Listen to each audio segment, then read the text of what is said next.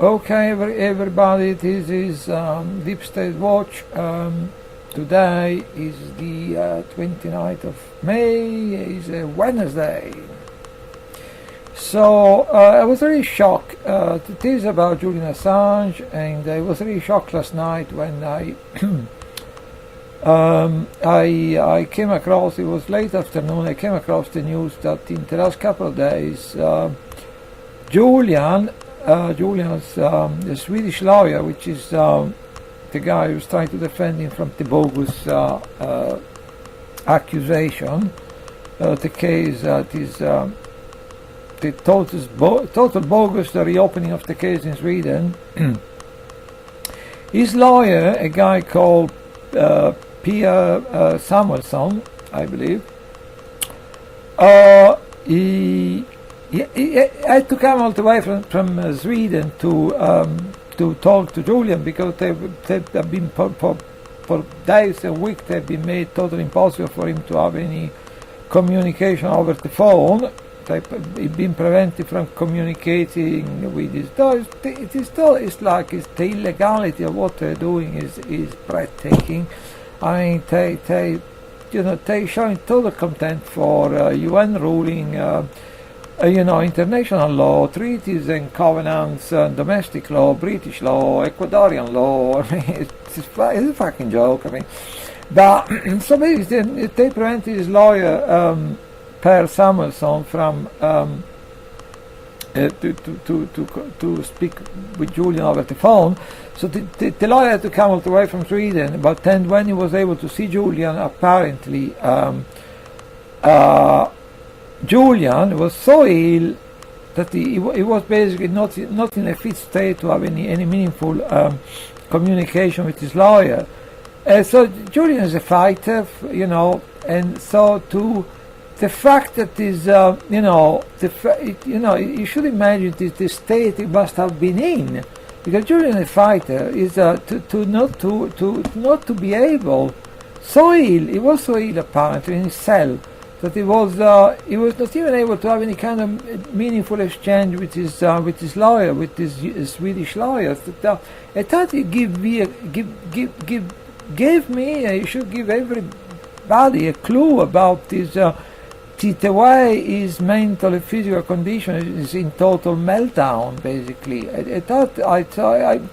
I came across this information last night. I started digesting the information, and then I get really concerned, because I think the guy is dying there. Because Julian is a fighter, unless he wouldn't allow himself to be prevented from communicating with his lawyer unless his physical and mental health was in a state of complete meltdown. So I think this raised like a lot of alarm bells. I mean, and unfortunately, the reaction of this news, and now today I came across again some more news. Apparently. That Julian is at the moment is being moved to the prison, the Belmarsh Prison infirmary. So even more worrying news. So it seems that my feeling is that sometimes it's frustration. I mean, no one give the proverbial. I mean, I try to mind my language. So it seems that no one is caring. I mean, people get together for this ritualistic protest, and then when the protest is over, they go home and they can completely forget about the entire thing. I mean, so so the situation is not particularly good. I mean, so basically, what I'm trying to do at the moment is provide people with some information and as to. I think I will something to chew on a little for my voice. I mean, provide people with some information about how bad things are in Belmarsh for Julian, and what can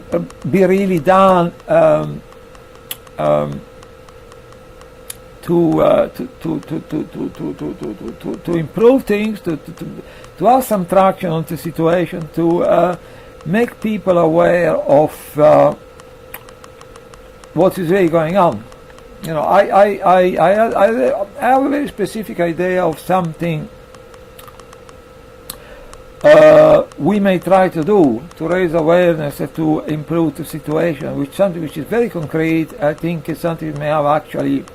Obviously, we live in this kind of soft police state, so at the end of the day, they do whatever they want. Might is right, and it's very difficult to make any difference in any conceivable direction. But I think what I think we may try to do, or I will try to do, even on my own, like I'm used to, may have actually some traction. So. But let's start from the beginning. So first, I would like to express some concerns about because it's quite important to be aware of context, right? So we are communicating on Facebook, and I personally, I'll be very honest. I'm very concerned about my account being deleted from Facebook all the time. I mean, I've been using my Facebook account exclusively for political reasons for up to 10 years, and I've been trying to create a network with all the like-minded, with a lot of targeted individuals all over the world, meaning people were being targeted by this totally illegal campaign of targeted harassment. Then with also networking with all the fellow political activists from 100 different campaigns all over the world, and whistleblowers, and so it will be quite traumatic for me to lose my Facebook account. So, and I must be honest with you, I'm all the time worried about my account being deleted. I say whatever I want anyway, but I don't allow it to condition or limit what I'm saying, but it's the concern is always there. Because I tell you why, because they're trying to silence all voices. I don't think it's true that they go in particular after people on the right.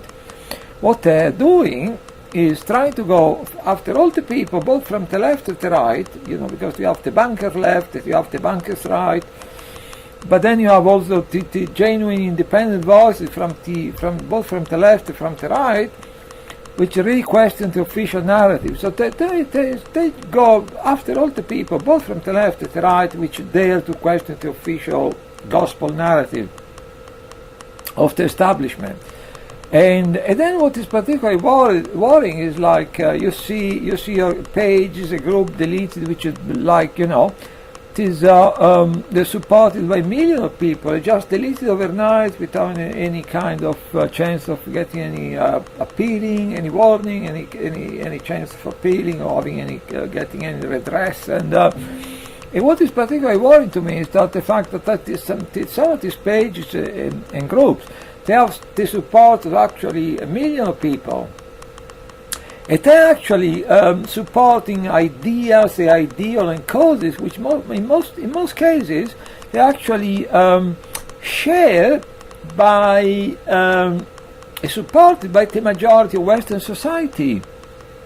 So not only that this page, that this group deleted page is a group, they have to often we are in a situation where these pages and group have to enjoy the support of millions of people, but also most of the time we actually they are espousing ideas, the ideals and point of view, which actually they enjoy majority support in our society. So if they can do that to these people, that's what I think. I most of the time I try to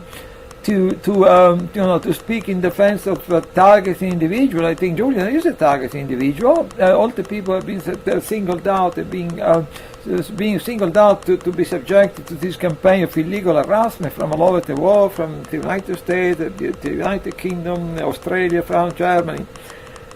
And basically, what happened with us, our numbers are pretty small, well, compared at least to pages or to groups enjoying the support of millions.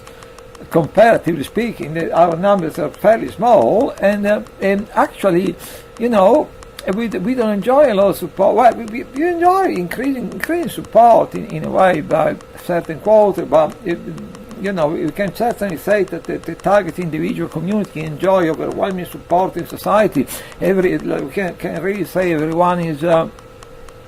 So everyone knows what we are talking about. Everyone share our concern, because that's not the case. It's very much a minority of people which are prepared to listen to us. So what I'm coming from is like, if they can overnight,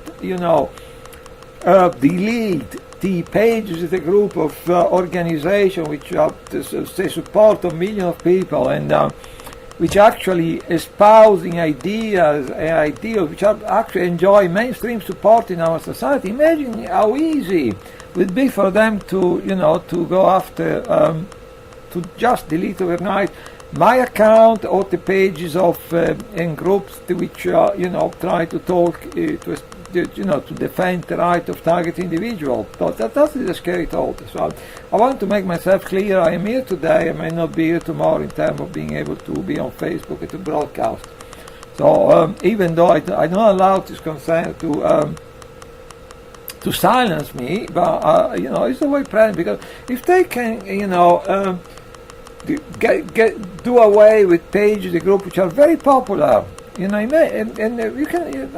Let's be honest, I mean, people talking in defense of target individual, they don't enjoy a lot of support in society. So imagine how easy it would be for them to delete my account or to delete our, targeting target individual pages and groups. I already kind of, there's a number of pages, and maybe in the past quite a number of pages, groups I created in defense of target individuals. They actually been disappearing overnight. And then maybe not the support of millions, but maybe the support of 500 people or something like that. That they completely disappear overnight. No warning, no redress, no possibility to appeal. So so I want to be clear about this thing, to express it, not to. I'm here today. I'm still able to do this broadcast. But when it comes to my Facebook account, it's touch and go. It may be here today, it may be gone tomorrow. So that's the truth. Then talking about Julian Assange, I think tomorrow. The first thing is tomorrow there is going to be.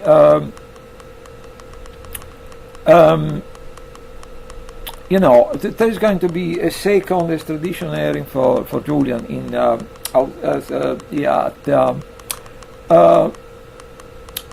Westminster Magistrate Court, which at the moment is in Marylebone Road. It used to be in Ons Ferry Road, close to the House of Parliament in 2010 and 11, when I was still going there with other Julian. To support Julian in fighting his extradition to Sweden at the time, even before he was going to take refuge in the embassy. Now he's in Marylebone Road. So tomorrow I will try very hard to be there tomorrow morning at 9 o'clock outside Marylebone Magistrate Court.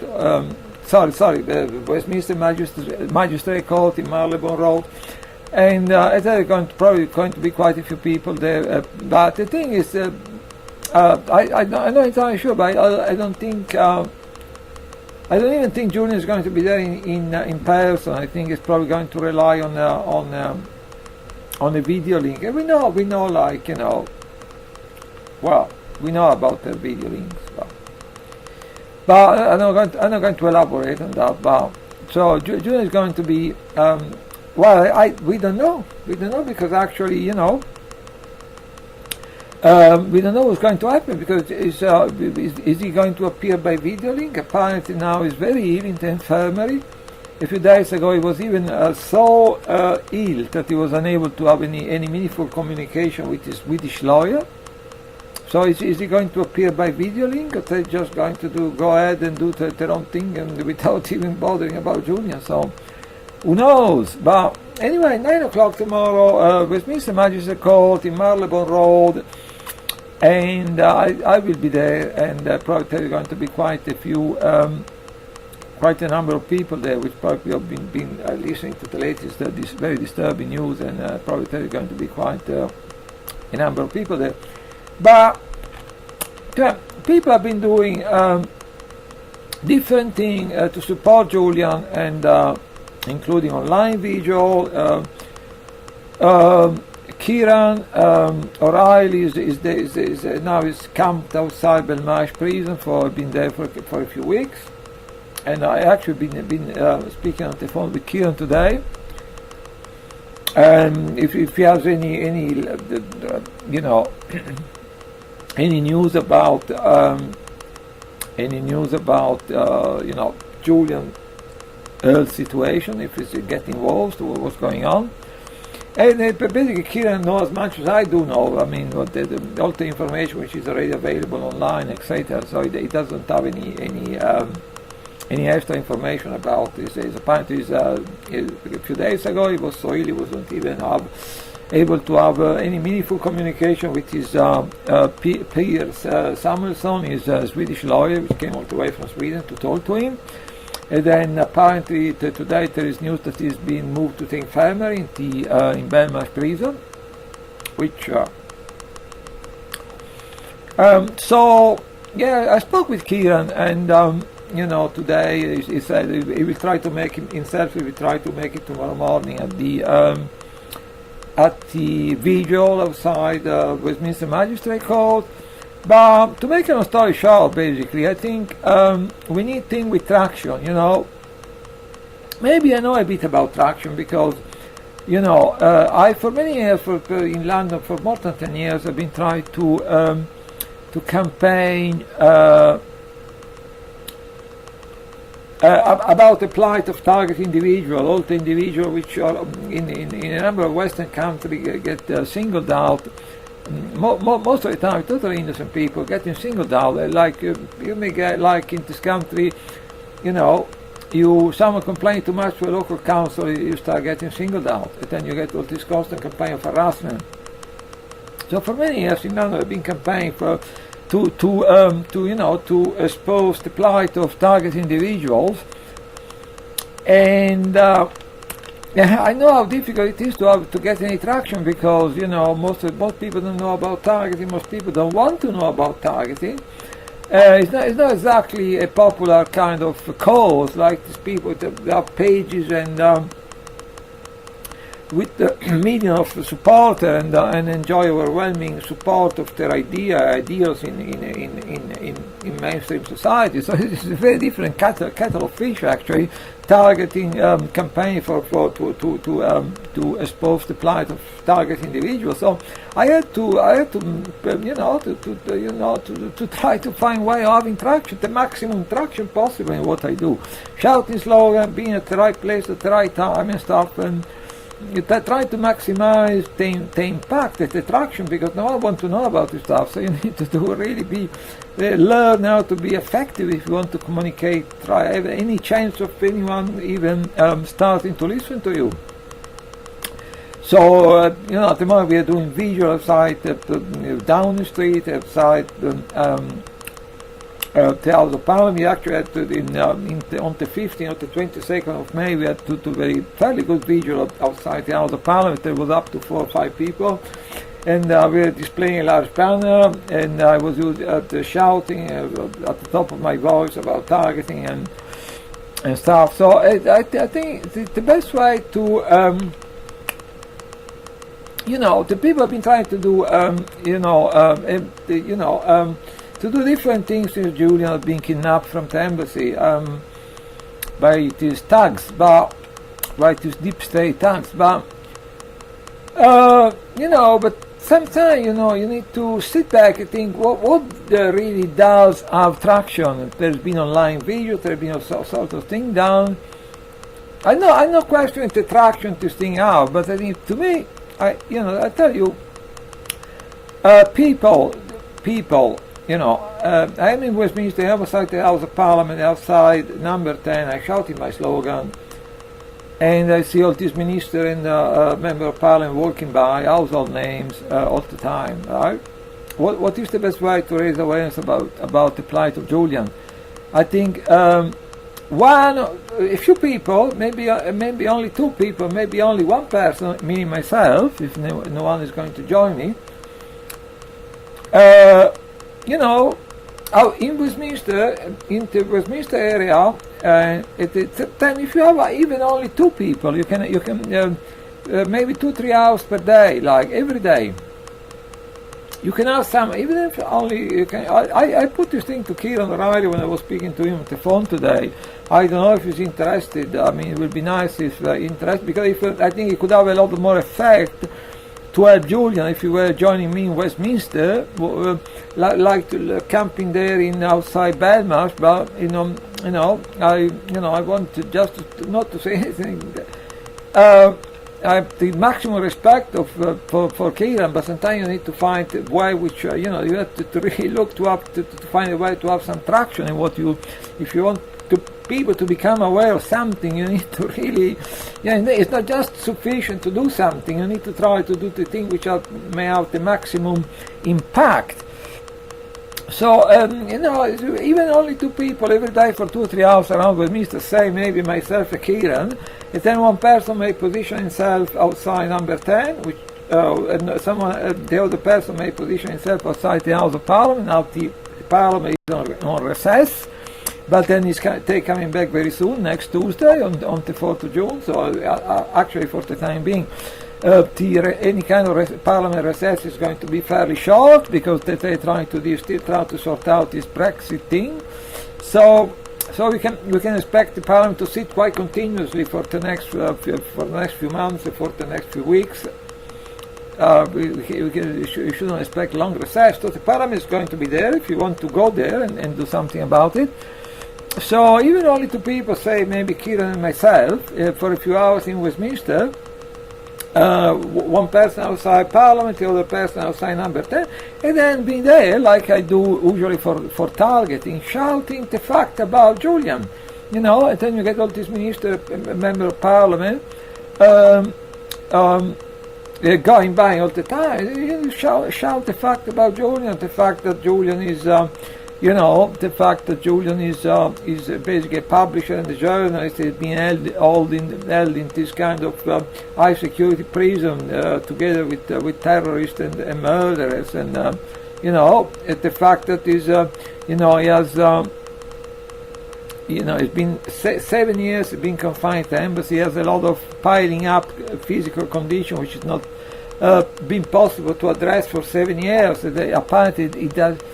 There's hardly any medical facility in Belmarsh. They just don't care. He's not getting any medical treatment. He has for 7 years had a big dental problem with constant pain, which has not been possible to address because they couldn't have the equipment in the Ecuadorian embassy to address to have any kind of dental surgery to address it. It's quite interesting. It's quite interesting that is. The way you get this dental problem the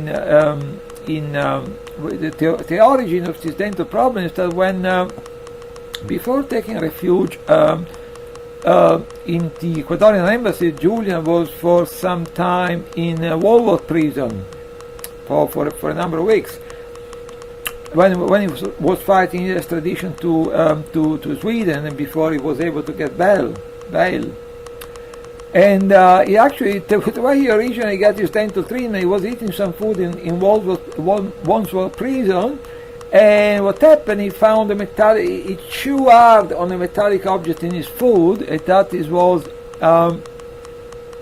that's how we get this dental problem, which then, so he actually gets this problem. So talk about this prison and the level of safety and care they have for prisoners. He gets actually this dental problem, which has been causing him excruciating pain for 7 years in the embassy. He got this problem when he was inside Wandsworth Prison previously. He was chewing on some food. He found a piece of metal. He chewed out on a piece of metal. He broke his teeth. Then is also Julian reporting that actually he put he put away the broken teeth as an evidence of what happened, and then one day he went to have a shower. He came back to his cell in Wandsworth, and the broken teeth was gone. And that is very reminiscent of something which happened to me I think it was the 2nd of October 2017. I was attacked by a drug dealer in my block of flat without any provocation. I lost the teeth at the time, so I cleaned the teeth up and I wrapped it up. I put in a container, put in a cabinet in my bathroom, and as evidence of what happened. And then a few days later, I went to look for it. It was completely gone from the cabinet in my bathroom. So that you can see some parallel there. All the stuff they're getting up to, these people. So you have this problem with his shoulder, which again has been excruciating pain. Excruciating pain has been again something which has not been possible to treat in the Ecuadorian embassy for lack of equipment. So it's a bit that they just don't give the proverbial in Belmarsh about providing providing him with any kind of medical treatment for all these pre-existing physical condition. He's not been able to get any sun for 7 years. It probably is weakening very much his bone structure, his immune system. This criminal in Belmarsh, they just it's been shoved into this cell. It's been kept amongst in the company. I believe it's been nominated 7 times for the Nobel Peace Prize. Is getting any number of awards for the journalism, and I've been shoved for a bell. They act with the total contempt with the UN rulings, international law, international treaty and covenant, domestic law, natural law, common law. I mean, people don't care. People keep buying garbage and watching reality TV, but one day this stuff is going to affect you. You think it's nothing to do with you now. You will see in the future how this stuff is going to affect you. You have already millions of people being pushed to object poverty, slave labor in this country, destitution, homelessness, prostitution, mental illness, desperation, substance abuse. So, I mean, people say, okay, maybe if I keep buying garbage and watching reality TV, it's not going to affect me, all this stuff. So that's the situation. So they shove into this cell 20, surrounded by terrorists and murderers. And he's a publisher, he's a journalist. All he's been accused of is a breach of bail. He's been shoved into this cell in Belmarsh, which is known to be the British Guantanamo, in the company of terrorists and murderers. Kept in isolation 23 hours a day after what he's been going through at the Ecuadorian embassy, without a possibility to get any sunlight, a possibility to have any exercise. Now he's been shown into this cell. He's been kept in isolation 23 hours a day. He is not allowed to visit the prison library. He's not allowed to have any books. He's not allowed to have any television or radio. The use of any television or radio, unlike most prisoners in this country. He's not allowed to access the internet. It's very difficult for people to book. He can get only 2 visits per month. People are finding it very difficult to book to get into the queue. So they're being difficult. They're obstructing, being obstructive about the possibility of him receiving visitors. And it's impossible for him to receive any telephone call. It's exceedingly difficult for him to make any telephone call, because he can only try to make telephone call for half an hour a day, and there's only a few phones. There is all these different prisoners try to get us to use the same phone. So he's not allowed to receive any telephone call. People don't know the diabolical circumstances in which Julian is being kept. He's not allowed to receive any telephone call. He can only try to make phone calls. They're probably giving a few pound credits.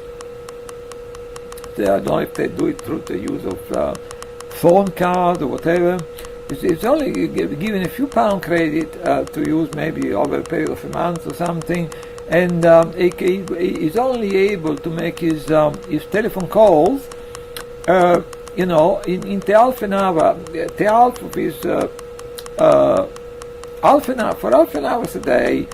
And then there is only few phones, and then there is a score of prisoners all trying to use the same phone. So obviously, even it's not basically in practical terms, it's not even being allowed to make any telephone calls. So the total isolation.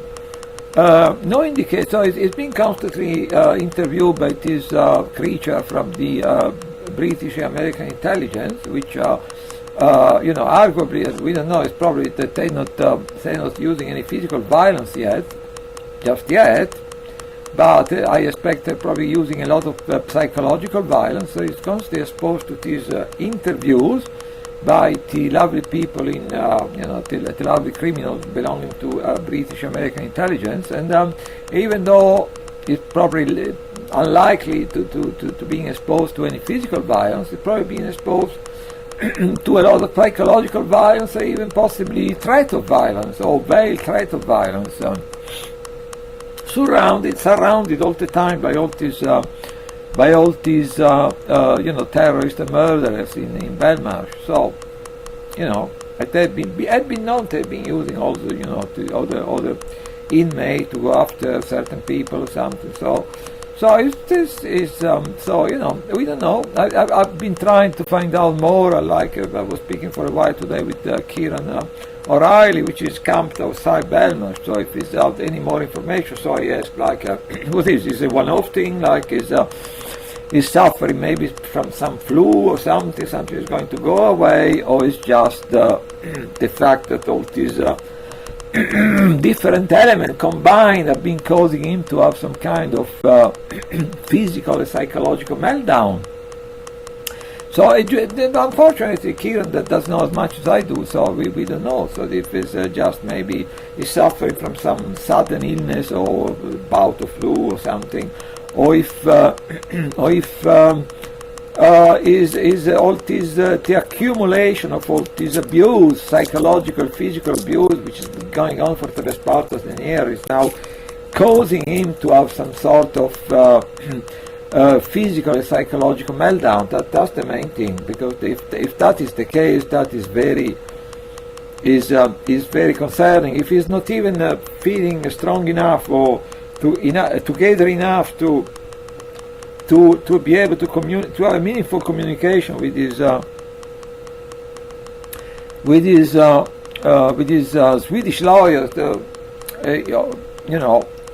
face to face, that does suggest the possibility that maybe all this accumulation of 10 years of constant physical and psychological abuse, including all the smear campaign conducted by his fellow journalist, which, lovely creatures, these people, and try to not use any profanity, to keep my language clean. These journalists, maybe finally is all this accumulation of this horrific abuse he has to endure for the best part of 10 years, psychological abuse, and physical abuse, is taking its toll, and now maybe having some kind of physical and psychological meltdown. That is not good. That is not good, because that is bad news, because if you are in this kind of situation surrounded by this the criminal of the paid by the state criminal, plus a huge score of murder and terrorists, which they may actually be used to against you, unlisted to give you a hard time. If you are in this kind of situation, you start to have some kind of physical and psychological meltdown. That's it doesn't bode well for the future. Seeing that it's probably going to be around there for quite some time. So I got the news yesterday. Today I started really to feel for the guy, basically, because that is very much comparable to the kind of, even comparable in many ways, even worse than the standard abuse being received all the time by target individuals. That is, that is really horrific what seems to be going on there. And I just feel for the guy. As a target individual, I may have some idea what he may be going through in psychologically, physically, because of my experience. Because of my experience as a target individual, I very much, honestly, genuinely feel for the guy. I've been trying to raise awareness about, with little means I do have at my disposal. To last night when I learned about his health deterioration, I try to let a number of people know, hoping that at least some of these people may be wanting to, to help raise awareness. And so I think what I'm going to do in the foreseeable future, I'm going to all campaigning I'm doing in often, maybe sometimes 2-3 times every week. Often in Westminster, to raise awareness about the horrific plight of target individual. I will try to focus, my campaigning on raising, awareness about the spreading information about what is going. Because people don't know. I mean, they think like, even people like, even people who know about Julian, who know about the fact that he's in Belmarsh, confined in Belmarsh, they probably think, he's get there being pampered, they get all kinds of nice medical care and things for his existing condition. They don't have any idea of the absolutely barbaric condition in which he is being kept at Belmarsh, right? Including member of parliament, they're more like the member of parliament, even member of the government. They're more likely to know what happened during the last Eurovision contest than to know what is fucking going on in the country. So I mean, So excuse my French. Sorry. So basically, what I'm planning to do in the future, still going to Westminster, but instead of campaigning about targeting, I'm going to be there either outside number 10 outside Parliament, shouting my lungs out to make people aware of the fact. Is been for breaching bail, which is often doesn't even get, most of the time doesn't even get a custodial sentence, or most people getting a fine. Is being held in a high security prison, surrounded by murderers and terrorists, which can be using enlisted by the state to give him a even harder time. That is, it may also, in this way, may also be singled out by other prisoners. 23 hours a day in isolation, basically exceedingly difficult to receive any visit, impossible to receive any telephone call, exceedingly difficult for him to make any. People don't know about this stuff. They think, he's there in Belmarsh, in some prison, being pampered, and they're taking care of his existing medical condition. They don't know that this Guantanamo-like regime is under. It's like it's in Guantanamo in terms of the treatment he's receiving. So I'm going to be there in the future. I'm going to stop for a while, campaign about targeting, and I'm going to start campaigning about the well-being of Julian Assange. So if I'm going to be on my own, I don't know if anyone can be bothered joining me. If I'm going to be on my own, I'm going to be maybe either outside number 10, outside Parliament, and I'm going to shout and have the appropriate placard and shout about the condition, because people don't know. They probably think even people know about Julian. They probably think, he's in some prison, being if they have any existing medical conditions, they're probably going to be taken care of. They don't have any idea of the barbaric regime is being subjected to in this hellhole of Belmarsh. So I'm going to be there. I'm going to shout about he's in isolation 23 hours a day. Is surrounded by terrorists and murderers, which can be easily used against him, turned against him to make his life into prison even more difficult. Is nigh to impossible for him to receive visitors. Is totally impossible for him to receive telephone calls. It's very difficult, nigh to impossible for him to make a telephone call. It doesn't. They preventing him from imagine that they preventing him from accessing the library. Yeah. Why do these lovely people? I must mind my language. Why these people are preventing him from having access to the prison library? Yeah, it's been preventing from having any book. It's been preventing from watching television. It's been prevented from listening to a radio. It's been preventing from using the internet. Right? All is the rare time when he's able to have any kind of communication with the outside world, either by in person or over the phone. Is all the time being recorded and listened to, so the guy also doesn't have any privacy. He has all these numerous pre-existing conditions. To the best of my knowledge, there is no desire or facility in Belmarsh to treat all these numerous pre-existing physical conditions. And now, on top of all that, so also is getting interviewed. Now, he's getting interviewed by all these lovely creatures from British American intelligence quite often, all the time. So do you think, like, well, let's say they're probably not using any kind of physical violence against him just yet. Yeah. Do you think do you think they are likely though to use a lot of threats and psychological violence? You know. Yeah. Then the Swedes, again, in total contempt of all kind of legislation, they started against this bogus case, which should possibly.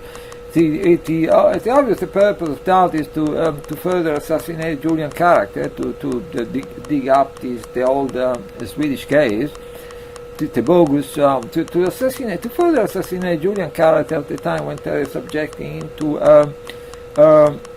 all kind of brutality and violence, to make sure that no one is going to care about what's happening to him. So to further assassinate his character.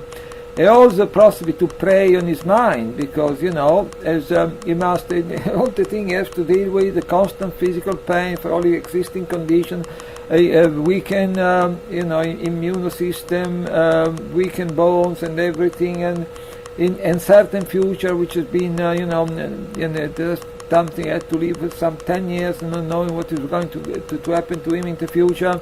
The fact having to deal with all this stuff, the fact that they get finding out that the Swedish have decided totally, I would say totally legally to reopen the case. The bogus case is probably another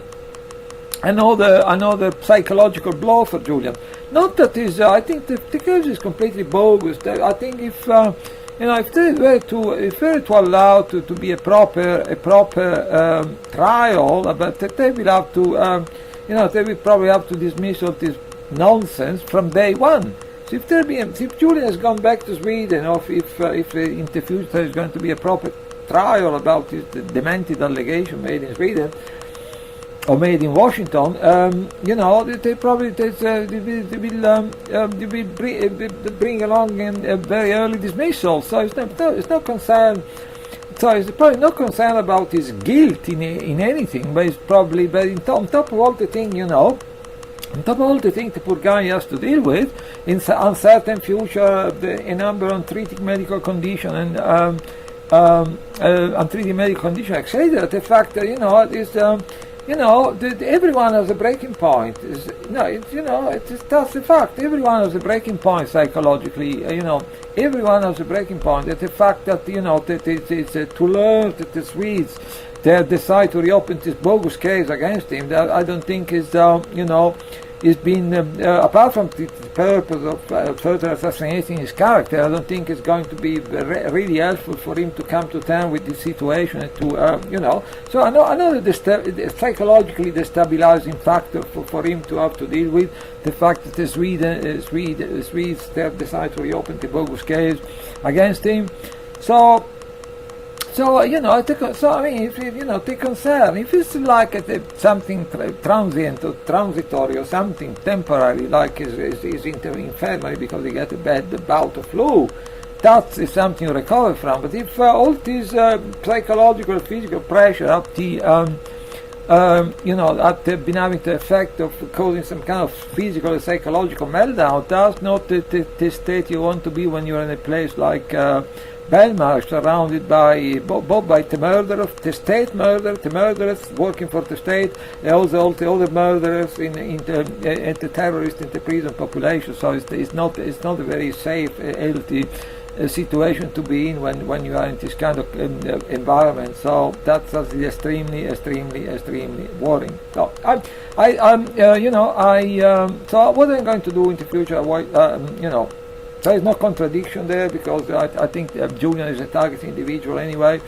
So at this point in time, he's a full-blown target individual, even if I don't know what he knows about targeting, but I suspect he probably knows quite a bit about targeting, because that's a long story. On a number of occasions, a few years ago, I was outside the embassy with other TI, and they were saying, like, shouting with a megaphone, "Julian, please, pass expose organized stalking and electronic harassment, please. Julian, please Google organized stalking and electronic harassment, please. Julian, we may be a victim of electronic harassment too." So I think he knows quite a bit about this stuff, but.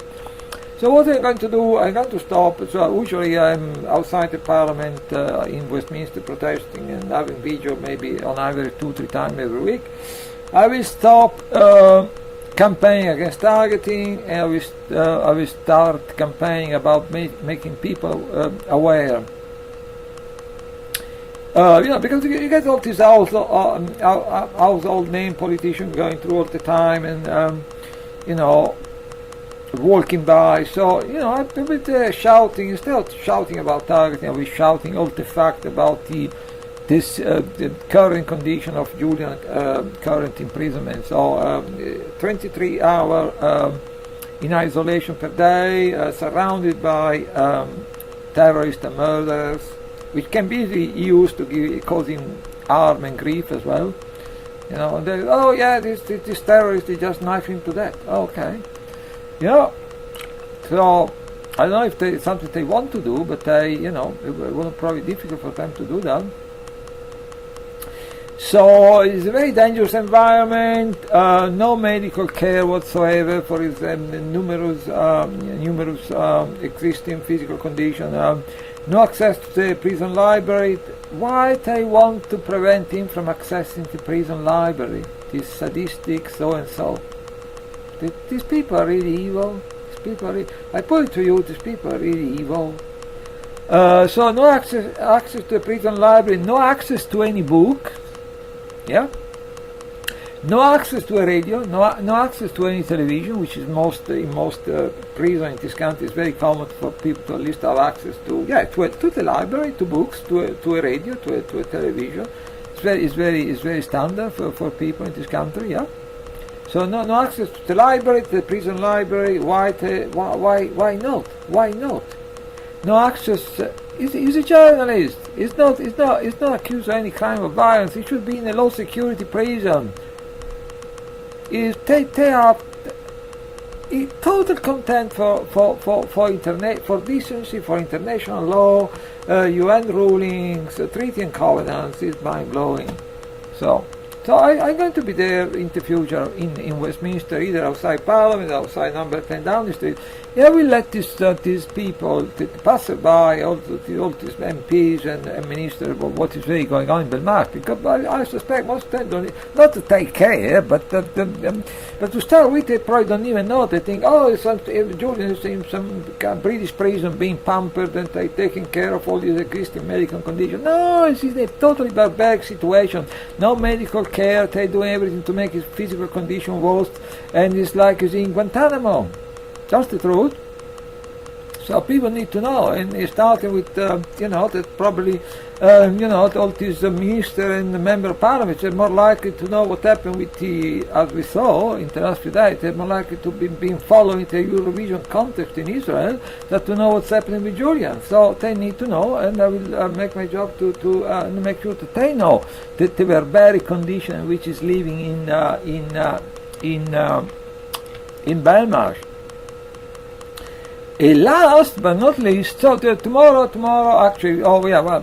So that's what I'm going to do for the foreseeable future.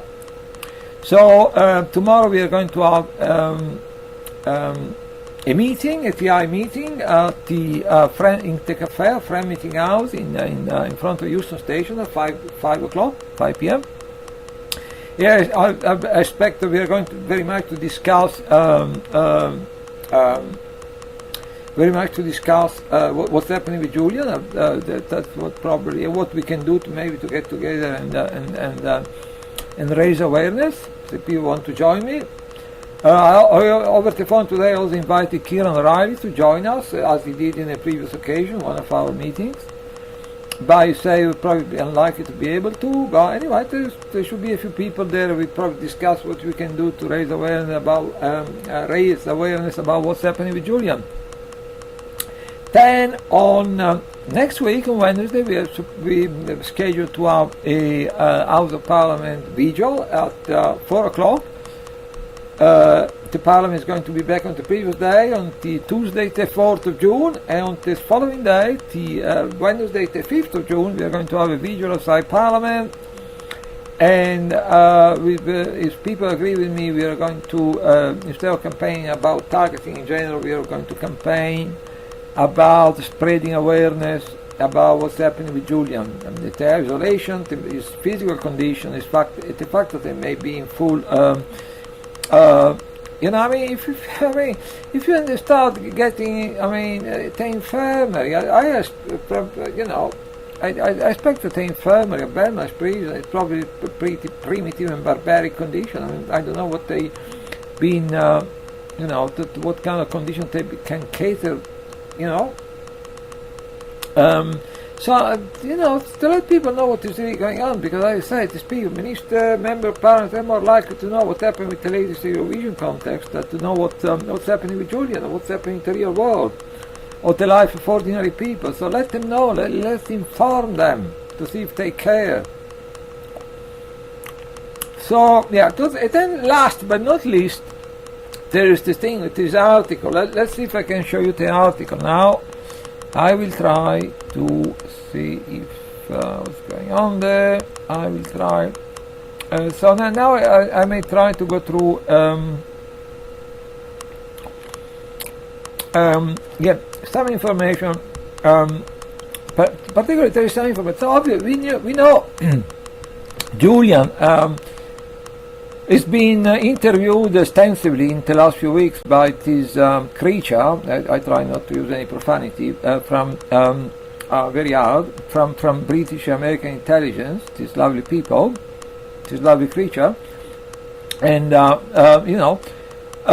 it's fairly safe to assume that they're not using any kind of physical violence just yet.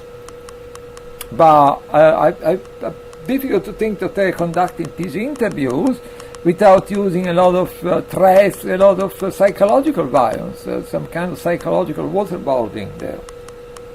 So, this is the situation. Now, it would appear, according to Karen Keniatowski, she is a US whistleblower, which used to work in intelligence. She still has a lot of contacts in intelligence, so she is receiving information that because obviously Julian must be at this point, because as I say, Julian is a fighter, by anyone has a breaking point, okay? As a target individual, I know that better than most.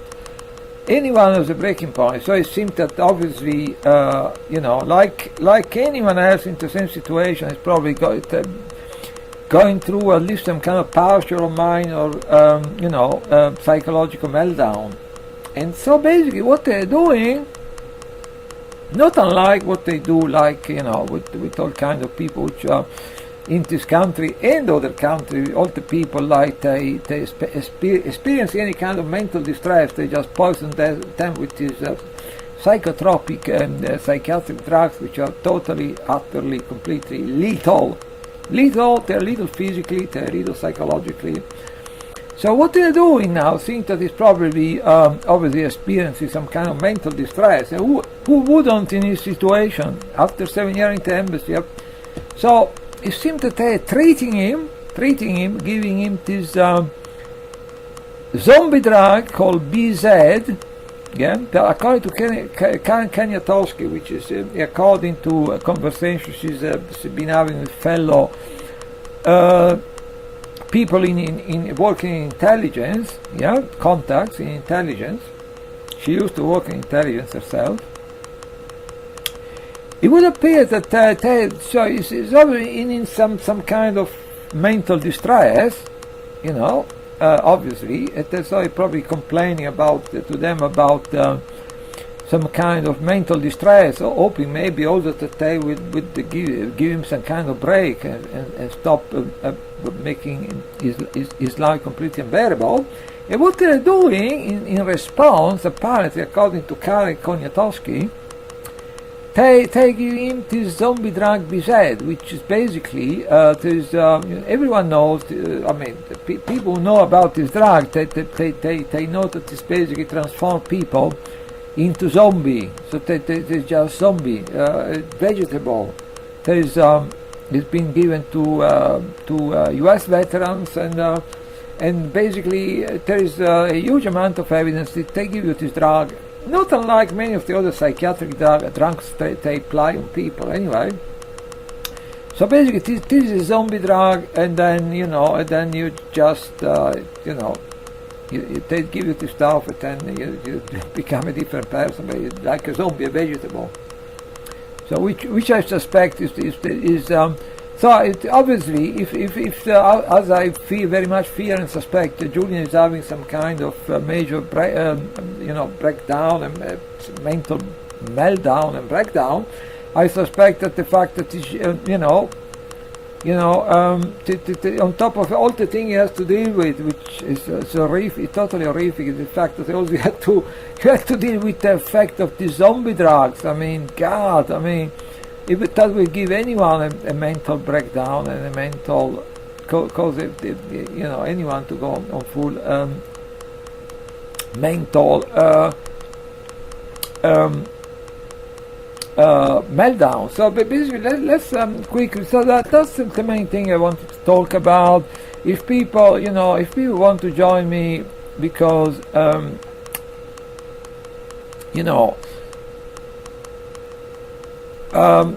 in Westminster, try to raise awareness about members of the public and members of parliament and ministers and members of the government about the real condition, the absolutely barbaric, inhuman condition in which Julian Assange has been held in Guantanamo, in Belmarsh Prison. If anyone wants to join me, they are most welcome. I go actually to the next video we are going to have next Wednesday. They are going to modify it accordingly to make it clear that now it's going to be a video to raise awareness about what's happening to Julian. So if you want to join me, contact me. They can easily find my mobile number and my email address. So very easy. And because I fear that whilst I have the greater respect and admiration for the people,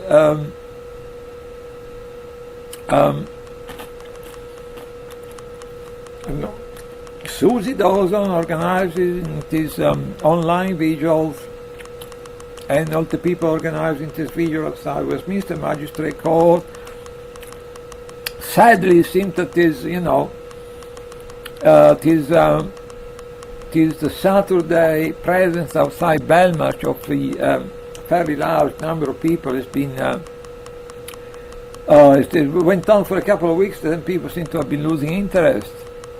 So it's human, but So even though I have the great respect, admiration, and love for all the people organizing all this kind of stuff, you really need to think of the impact, and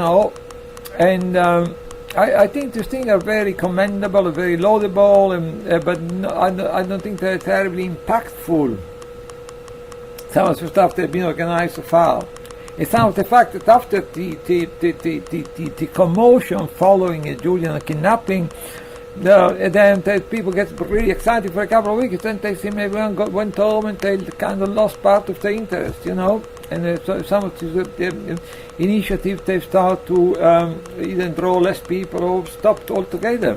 So I think we need to do some. We need a way to to do something which is impactful. I think being around Whitehall, around Westminster, shouting the information about what's happening to Julian, either outside Parliament or outside Number 10, letting all the public going through know, all the Member of Parliament know, all the various government ministers know exactly the fact about what's happening to Julian in Belmarsh is maybe quite potentially more impactful than many of the other things people have been trying in the past, in the last few months and weeks. So that's what I'm going to do anyway. If anyone is interested in joining me, I'm used to that when I campaign against targeting. So I will still carry on doing what I do. But if people Kieran O'Reilly may decide to come down to London and to join me, or other people which have been active in the campaign to defend Julian want to join me, that's more welcome. So now, let me see if I can get something there. Let me see if I can. Yes, exactly. So, oops. No, it doesn't seem to be working actually. Okay.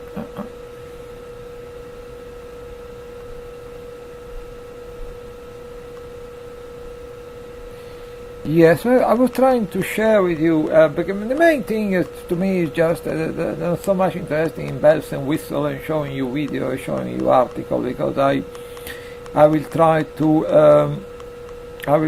touch on a number of points which I think are quite important. So look there. Oh, there we go. There, found it. No, yes, no, yes, no, yes. So,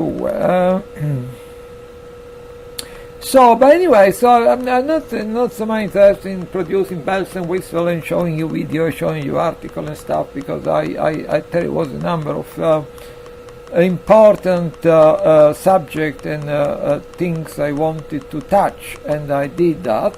But anyway, just there's quite also maybe a good thing to have a look at some information about. Particularly when it comes to the,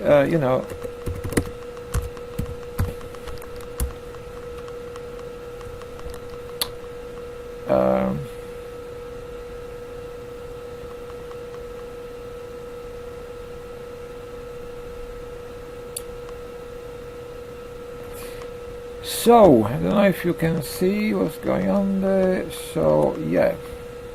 So obviously it's been in the last couple of days, and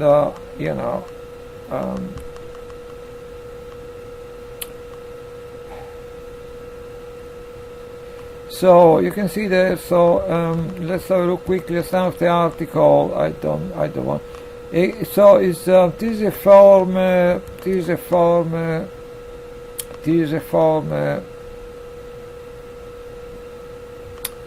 is a former inmate in Belmarsh. He's saying extreme monitoring and bugs. Ex-inmate details Julian Assange likely treatment in Belmarsh Prison. So it's a bit of a horror story there. And yes, but let's not dwell on that anyway. Let's not dwell too much on that. And go back to the other article. So apparently Julian wrote a letter to this journalist, Gordon Dimmock, I suspect, I don't know the fact, but I suspect that has been actually in reply of some, because a lot of people are being encouraged to write to Julian in Belmarsh, and so I suspect that this has actually been Julian replying to a communication he received from journalists, supportive communication he received from journalist Gordon Dimack, and then so here we are basically the text of his reply, which is we can also see through the Susie Dawson operation. There we can also to get some screenshot of the I think the unfortunate, which is, let's have a look, unfortunate is one, I'm not entirely sure that you can actually you will probably have to watch the video to get anywhere there, but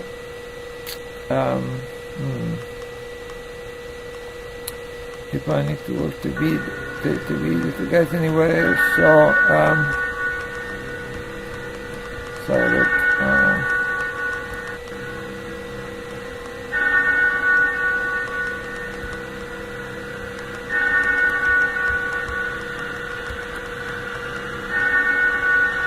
yeah, but even on this, we may. By Gordon Dimmick, a UK independent journalist who was basically sent a letter from Julian Assange in response So to the letter we have, as he's been there's so long. Susie Dawson, she's going through at length about this, in a 9-minute video about this correspondence between Julian and Gordon Dimack. But I was more interested in showing you the text of the letter Julian wrote to, let's have a look, more interesting, see if I can show you the text of what, so this was basically a letter Julian wrote on some kind of block notes paper, basically, it's quite pieces of paper when handwritten, because as I said, Julian doesn't have access to anything. He doesn't have access to the library. They're preventing him from using the prison library, which is there, but it's not accessible to him.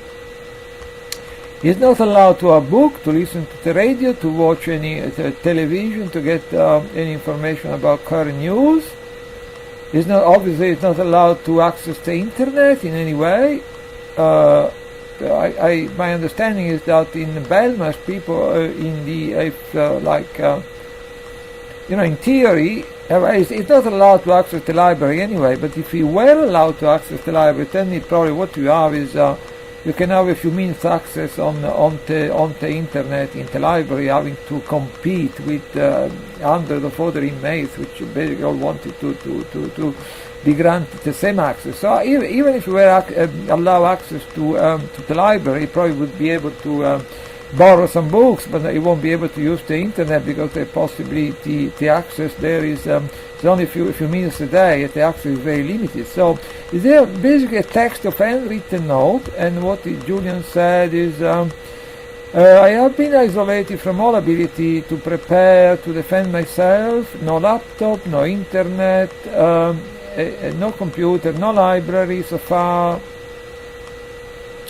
But even, like I've been telling you, even if I were to get access, it will be just for half an hour with everyone else, so having to compete with 100 different people to have all vying for the same facility. Once a week, so it will be only, even if you had access to the library, it will be only half an hour once a week. Is allowed just to visit a month. It takes, Julian says, it takes weeks to get someone on the call list. And the catch-22 in getting their details to be secretly screened. So obviously, so anyone wanted to, visit Julian is also obviously going to bring himself or herself to the attention of these lovely people in the the attention of these lovely people in the intelligence community. And then you say all call except lawyers are recorded. They probably record you all. I mean, my God, I'm sure they pretty record you all the calls with lawyers. I would be surprised if they were not recording the call made to lawyers. Calls are max 10 minutes, limiting to a 30 minutes window each day, in which all prisoners compete for the phone and credit. As the credits get just a few pounds a week, and no one is allowed to. Oh boy, what's going on there? Oops. And no one is allowed to make incoming calls. And they say, so that is what is the tools he has at his disposal to organize his defense. And on the other side, he says there is a superpower that has been preparing for 9 years with hundreds of people and untold millions spent on the case. As a consequence, Julian says, I am defenseless and I am counting on you. That's talking to Gordon D. Mack, possibly other people reading this communication, and others of good character to save my life. And that's what it's boiling down to, because, I am unbroken, he said, when he wrote this one. Even though I am literally surrounded by murders, but the days where I could read and speak and organize to defend myself, my ideals and my people are over until I am free. Everyone else must take my place. The US government, or rather this regrettable element in it that hate truth, liberty and justice, want to cheat their way into my extradition and death. Yeah, that's what we are talking about at the moment. That's what it looks like, death. Rather than letting the public hear the truth, for which I won the highest award in journalism. I have been nominated 7 times for the Nobel Peace Prize. Truth ultimately is all we have. That's what the way I feel like, even as a target individual. That's the way you feel in your dark moment. You feel that I don't know what you really have, but maybe only truth. But even that is not going to take you very far.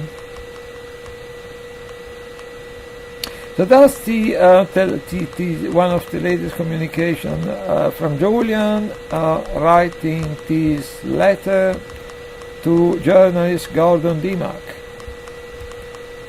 So, and it is another one which is by Jonathan Cook, which is the excellent Jonathan Cook. I believe is living in Israel West Bank, and is charting all the horrific abuse being inflicted by the Israeli on the Palestinians.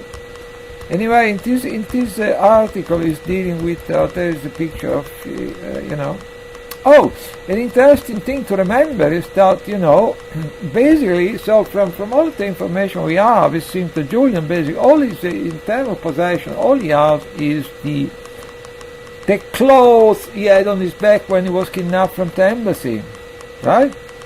Then, basically what the Ecuadorian totally legally is mind-blowing. I mean, it's mighty rhino day. Then now they're coming for Julian, but when are they going to come for us, for everyone, for everybody? But so the Ecuadorian have decided all the Julian possession, including writings, notes, digital equipment, clothes, which Julian in his current plight would desperately need to have access, maybe even a radio, a small telly or whatever.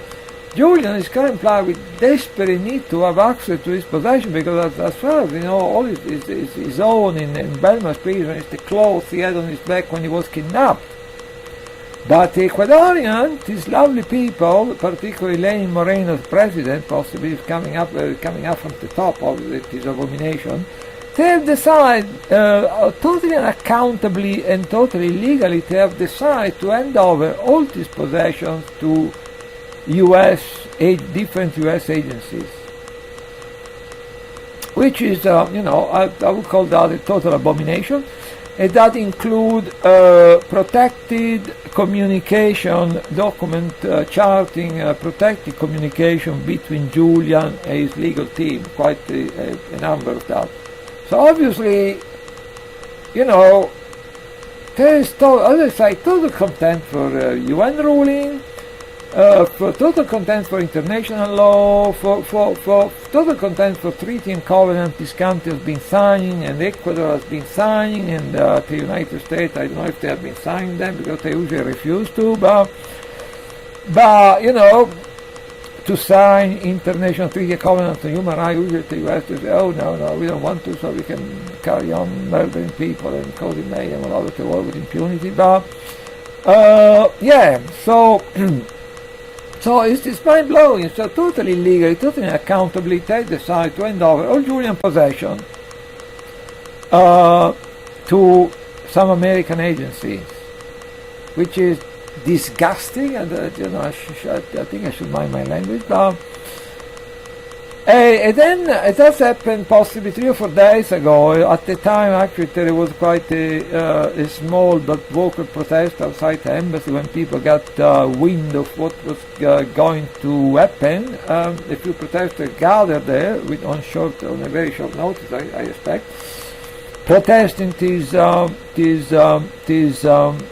abomination, basically. And then when this happened maybe a few days ago, then when previously, a few days earlier again, when Kristen Aronson and in the company, I believe, of one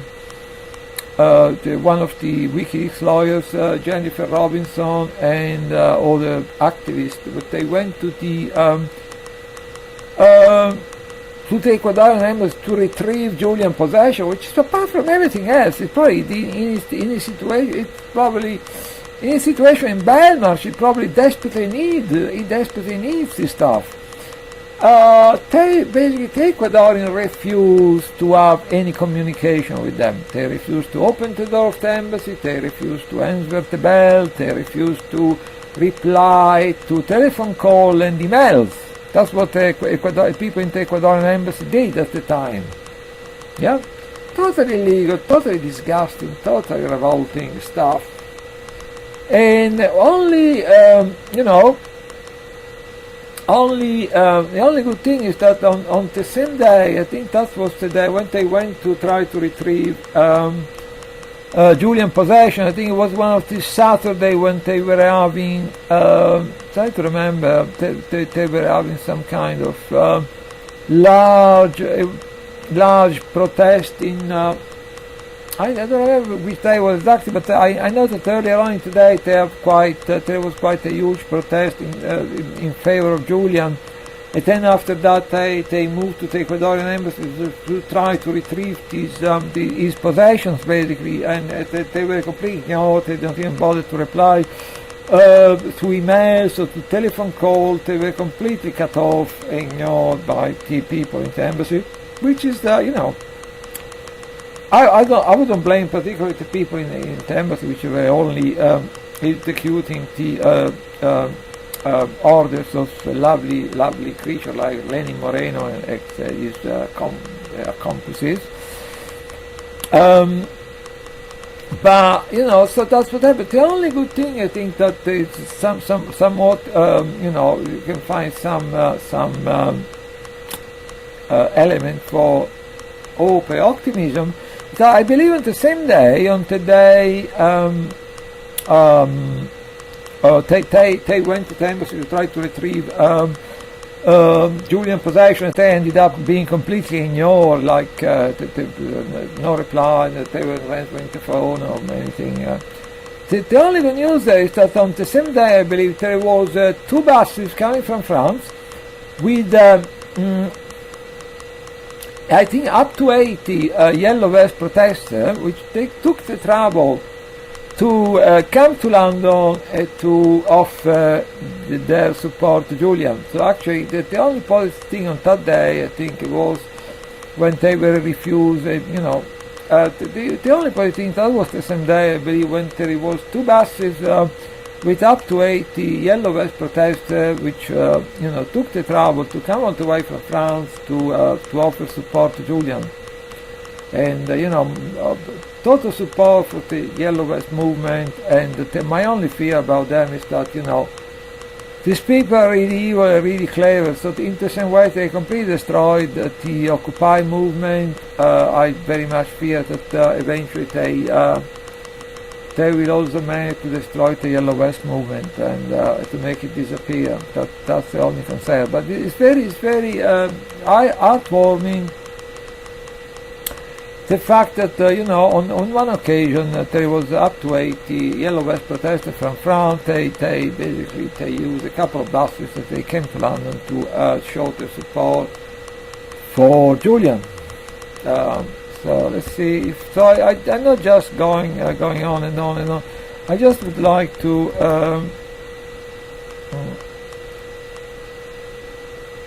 That's something I experienced myself when I was discussing what happened with the Julian situation with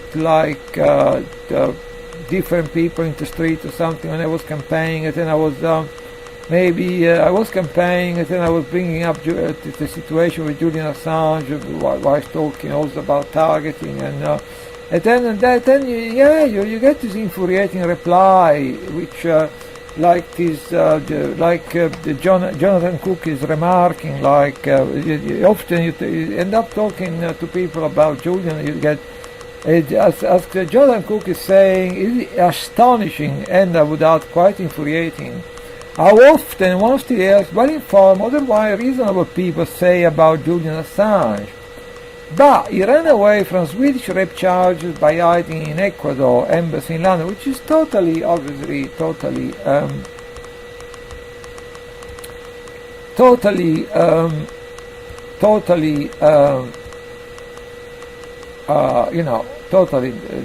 of nonsense, to try to be polite and use a nice user-friendly language. But, then Jonathan said that short sentence include at least 3 factual errors. So basically, in this very long article, to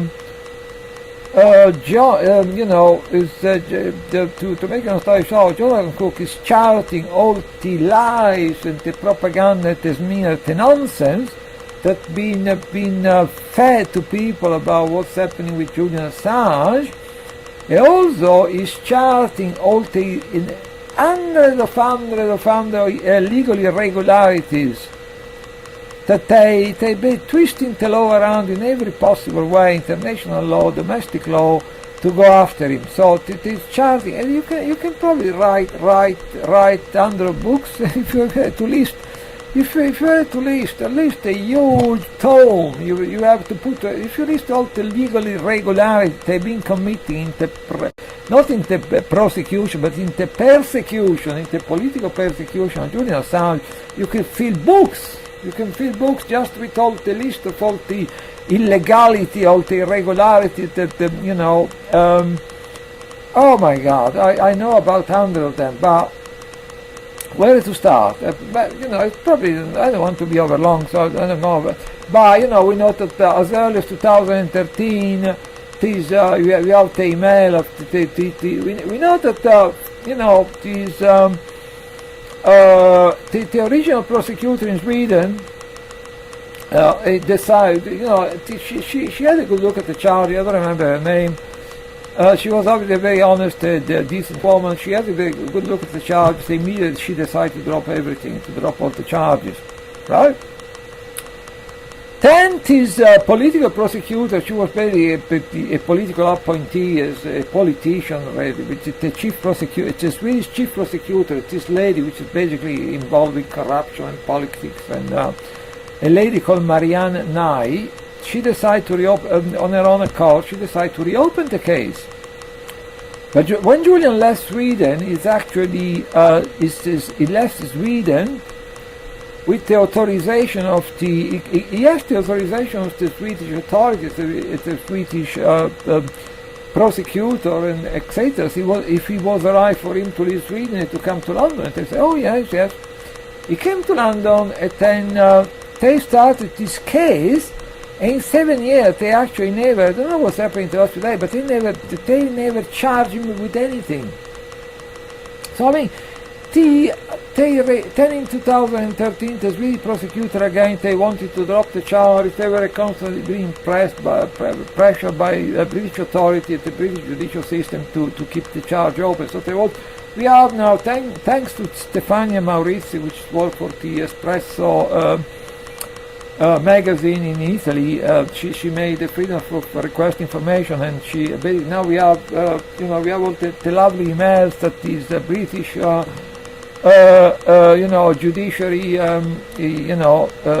Crown Prosecution Service was sending to the Swedes, trying to persuade them and pressure them in keeping the case open, because the Swedes, like it happened originally, as soon as the case was opened, they again in 2013 they wanted to drop the whole thing because it was a lot of nonsense, basically, the allegation. But then they were being pressured constantly by the Crown Prosecution Service to keep the case open. And you have tons of emails when they were keep pressuring the Swedish counterpart to I think actually at the time, I mean, I don't want to say that, but this, actually there was one individual that was in charge of the Crown Prosecution Service at the time, and let's I don't want to go into that. I mean, a familiar face now on TV screens and everything. At the time, he was the head of the Crown Prosecution Service in this country, but I don't want to go into all that. So basically, under of legal irregularities, they were twisting the law in every possible way to go after Julian.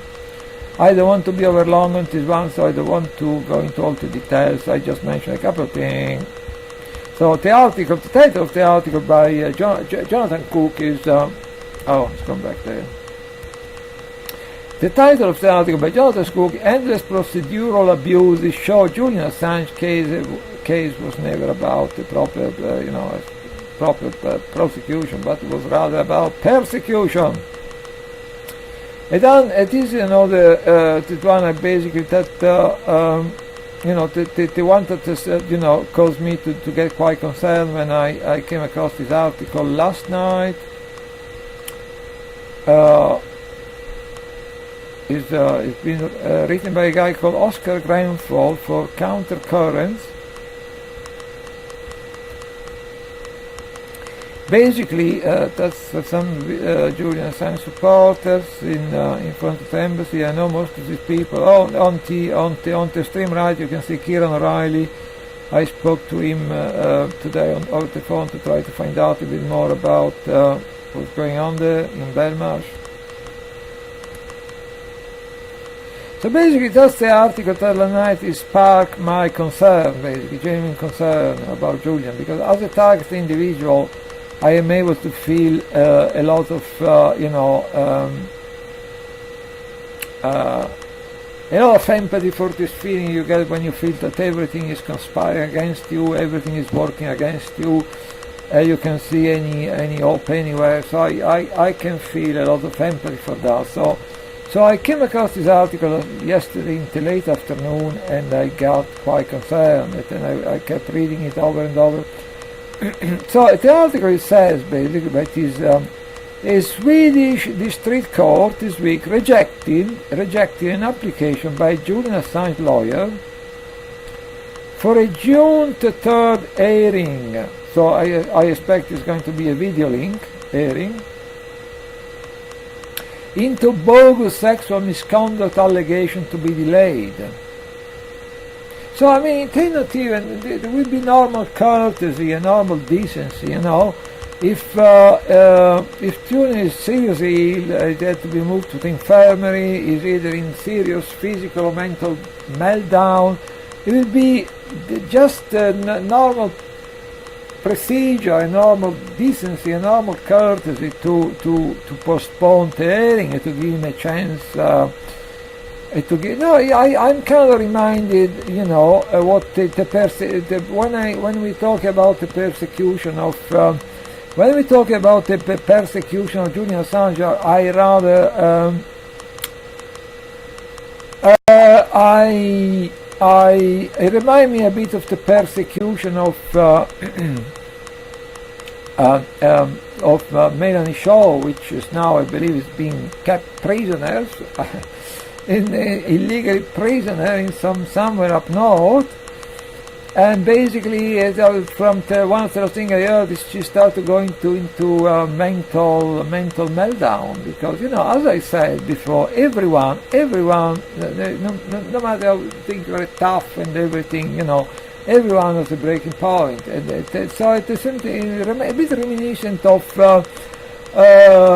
you know, what happened to Melanie Shaw. Melanie Shaw was trying to expose some the presence, you know, in the past, possibly even in the present, of also the VIP pedophile network. They were preying on some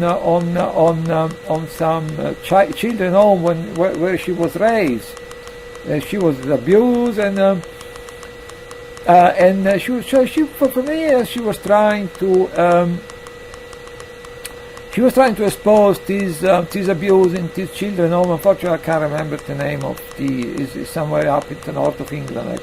I can't remember just now the name of the home. But she was very insistent, and in the beginning to keep her quiet. They were pretending they were carrying on some investigation, as they do all the time, and then they were all trying to wind down the investigation, and then were trying to exclude her from the investigation, and she wouldn't keep quiet. She kept going and accusing and naming names and stuff.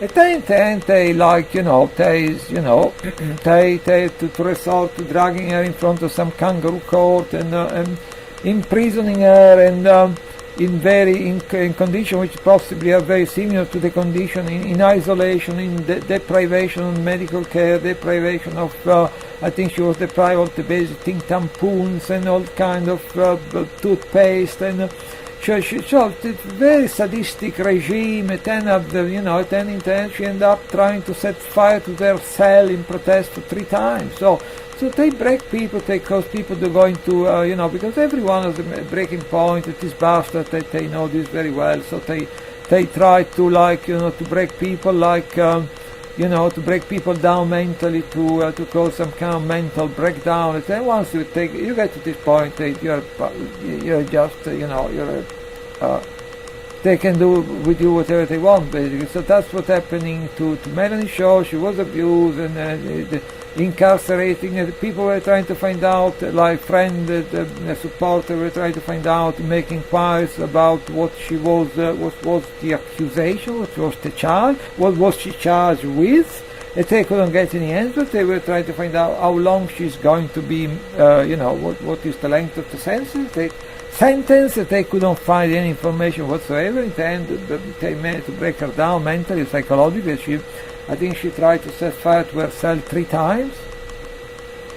So that's what they do to people. What they do to the psychiatric system is very similar in terms of the abuse that they inflict with you know. Actually, you may say that even the template of in many ways, you may say, like, the template of the abuse being inflicted at the moment on Julian Assange, on Melanie Shaw, and is actually a template based on the abuse, like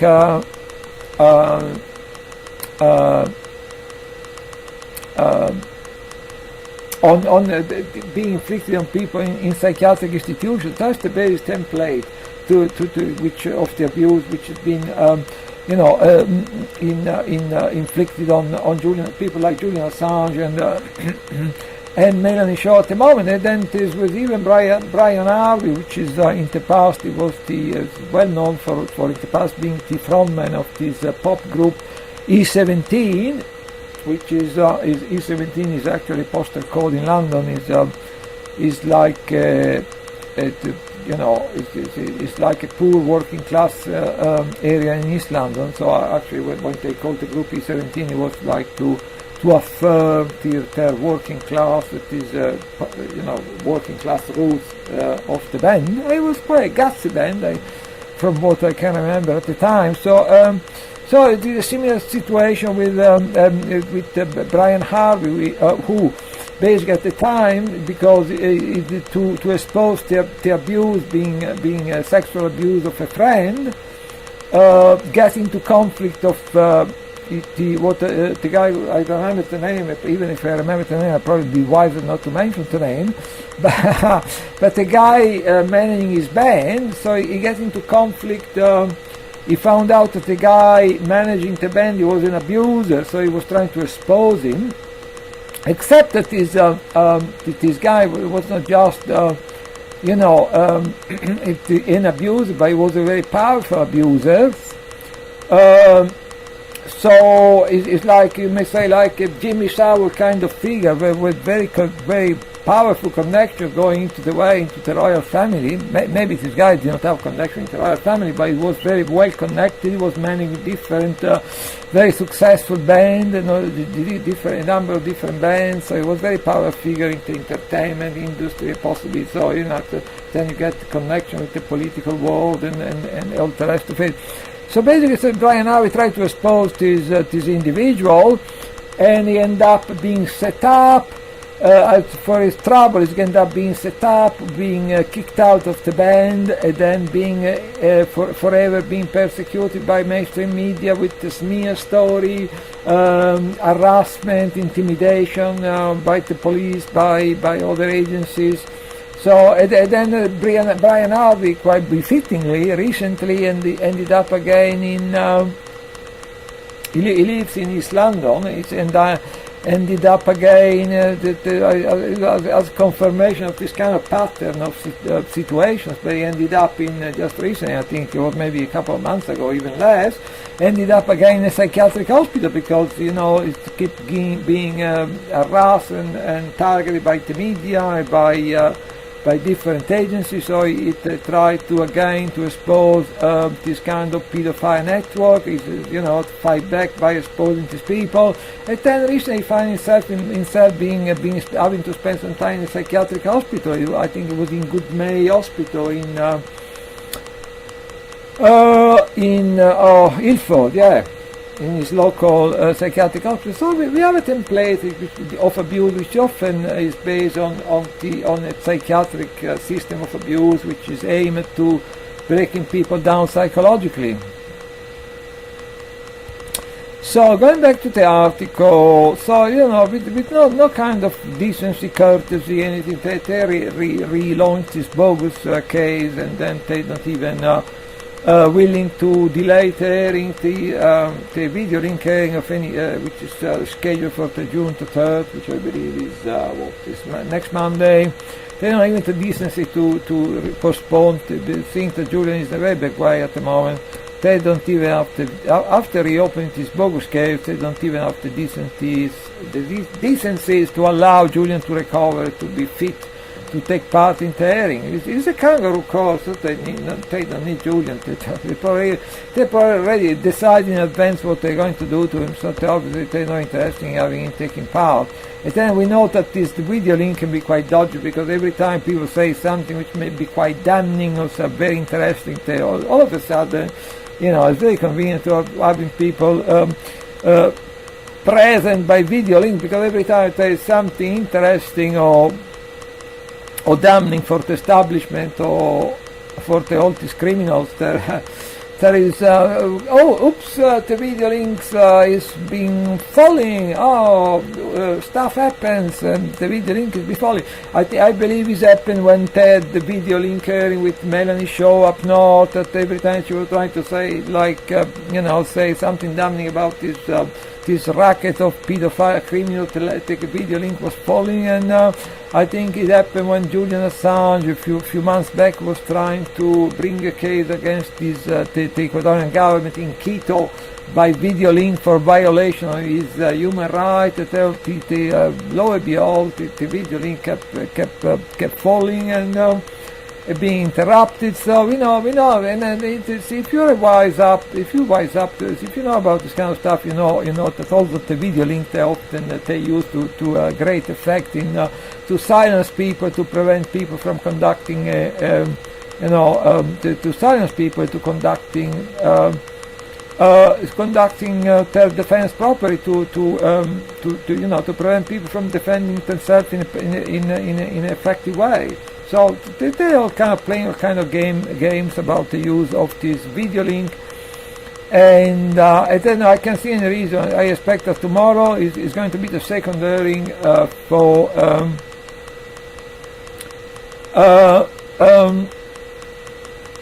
the second extradition hearing for Julian in Westminster at Westminster Magistrate Court in the Marylebone Road.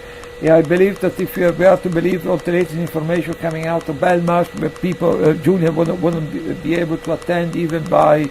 He's so ill that he won't be able to attend even by video link. That is very interesting, because if they already decided probably to whiz through the extradition process, and piling up all kind of illegality on top of other illegality, and complete contempt of British law and everything, extradition laws. They already decide to whiz him through the extradition process, send him, rendition him to the United States. So it will be very convenient if they have been making him ill. To the point that he's not going to. It should be there in person. So I can see any reason why Belmarsh is not so distant from the Westminster Magistrate Court that even the first hearing was conducted by video link. Does seem total prevarication anyway, and abuse and illegality. But so it's difficult to see any reason why it shouldn't be present in person, saying that Belmarsh is very close to Westminster Magistrate Court, relatively speaking, half an hour drive, maybe 3/4 of an hour drive. But so anyway, tomorrow I believe it's supposed to be appear again by video link. We don't know why. That's the total prevarication. Anyway, the might is right. They do whatever they want.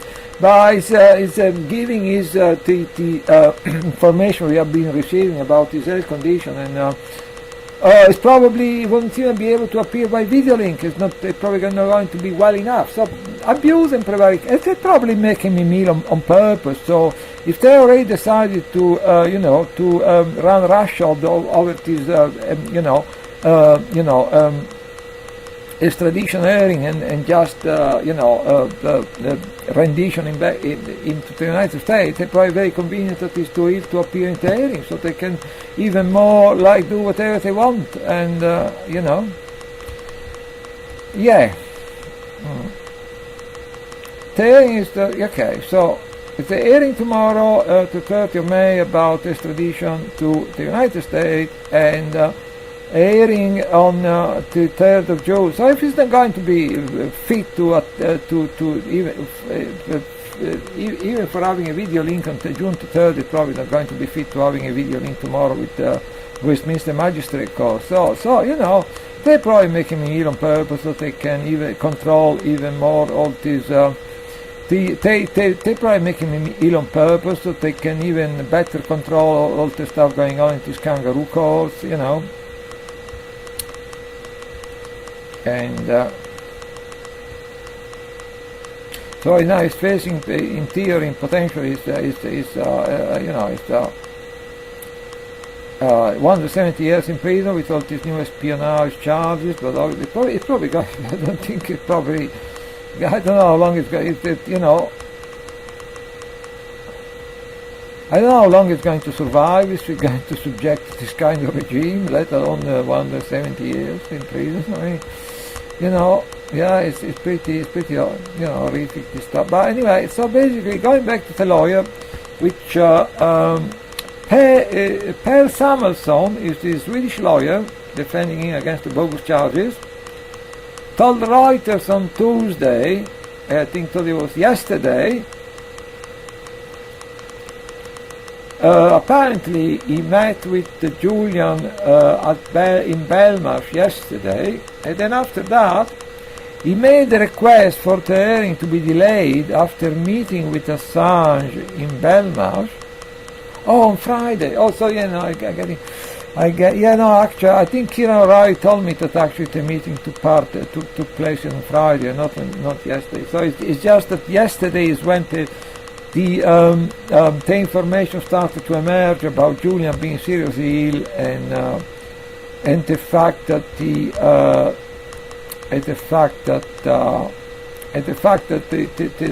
Swedish authority they're refusing to postpone the video link, which is due for the June 3rd. So Pierre Samuelsson, the Swedish lawyers, say that the Swedes have been refusing to postpone the hearing, which anyway is a kangaroo Mickey Mouse video link hearing, which they can't manipulate in any possible way they can. They want. They try to say something damning, they cut the link. So that's what they do, these criminals. This lawyer is saying that. So he met Julian on Friday. He said that Assange's situation on Friday was such that it was not possible to conduct a normal conversation with him. I would repeat, because this is very important. On Friday, when they met, so he went to Belmarsh, he met Assange, he met Assange. They say on today he met Assange, which was probably Assange's situation on Friday, 2 days ago, was such that it was not possible to conduct a normal conversation with him. So Julian is very much a fighter. Julian is very much a fighter. So to get to the point, you probably know, Julian is very much a fighter. You know how important it is to debunk, to fight back against these new bogus claims from Sweden. So to be in a situation when Julian's health situation on Friday was such that it was not possible to conduct a normal conversation with him, even if you are ill, you still, you receive a visit of your lawyer. You can still, even if you feel very unwell, physically or psychologically, you can still, it's important that Julian is a fighter. You may still be able to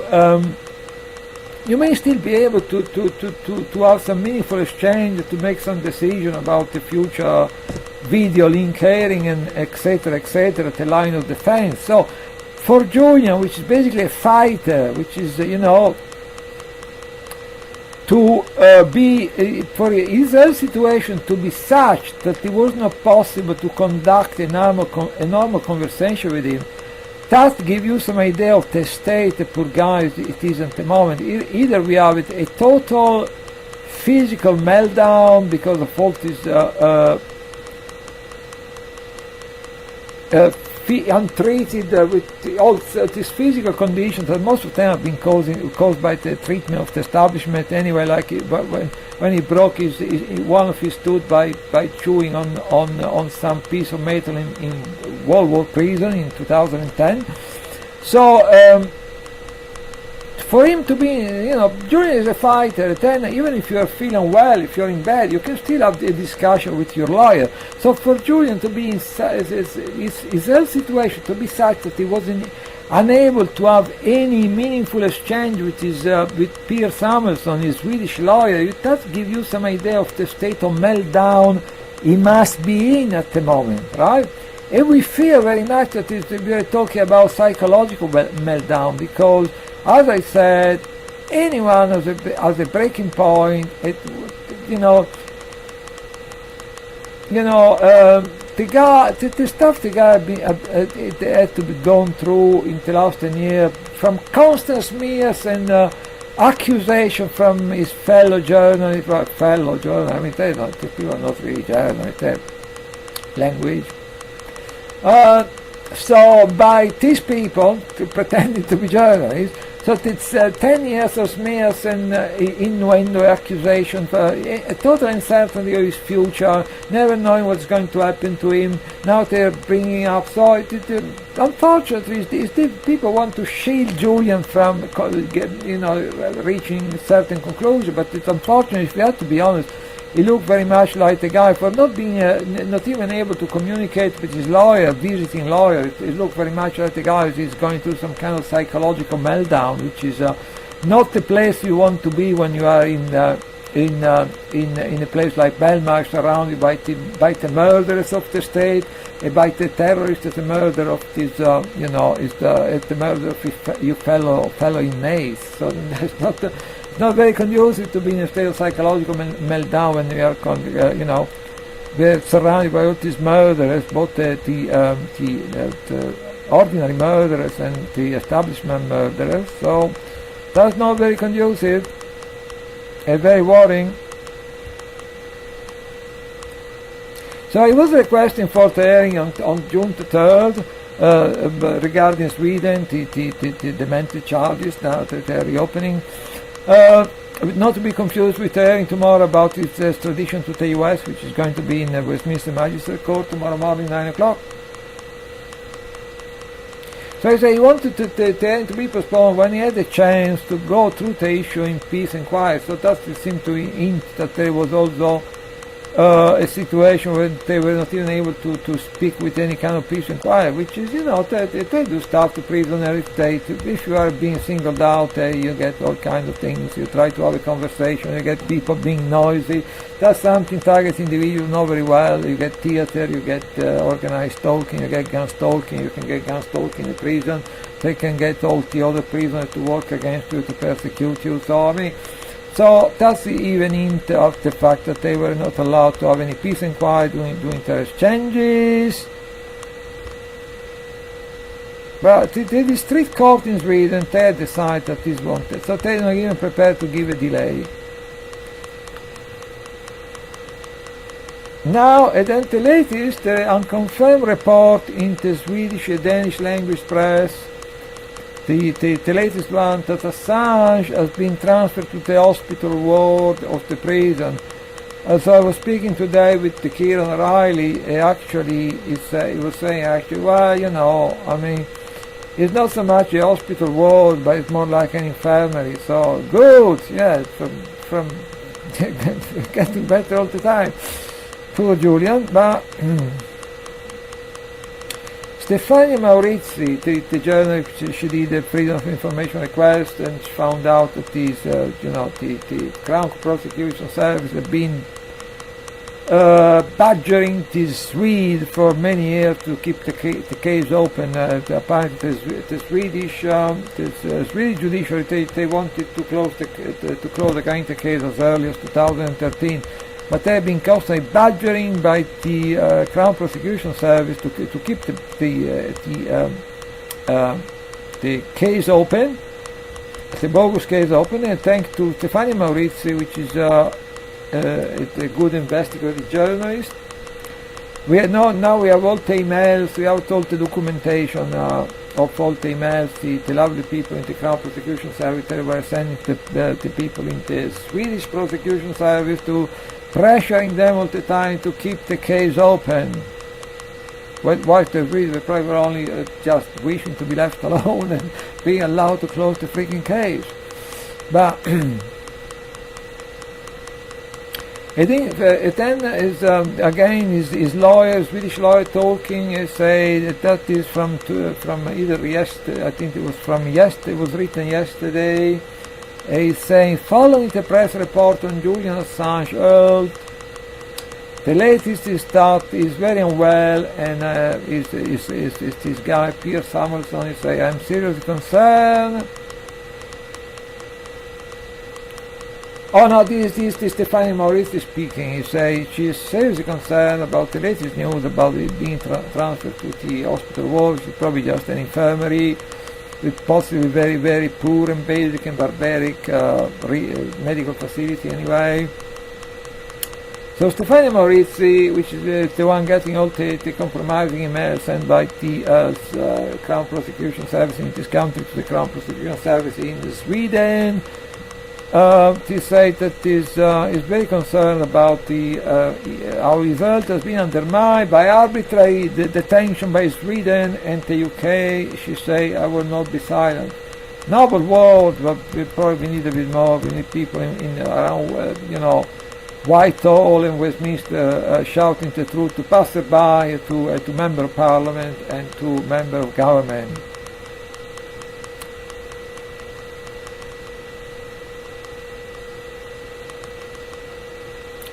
Renata Avila, a prominent human rights and technology lawyer, who also worked with, in the past with WikiLeaks, wrote, he needed urgent assistance after his expulsion from the embassy. Instead, he was not allowed to receive adequate medical treatment. So obviously, after being, they say that even people when they're in this kind of situation for 1 year, they need a lot of medical treatment and help and possibly, psychological help. Obviously, the psychological help they're giving him is that they're probably trying to drive him mad, and they're giving him this BZ zombie drug, possibly to prevent him from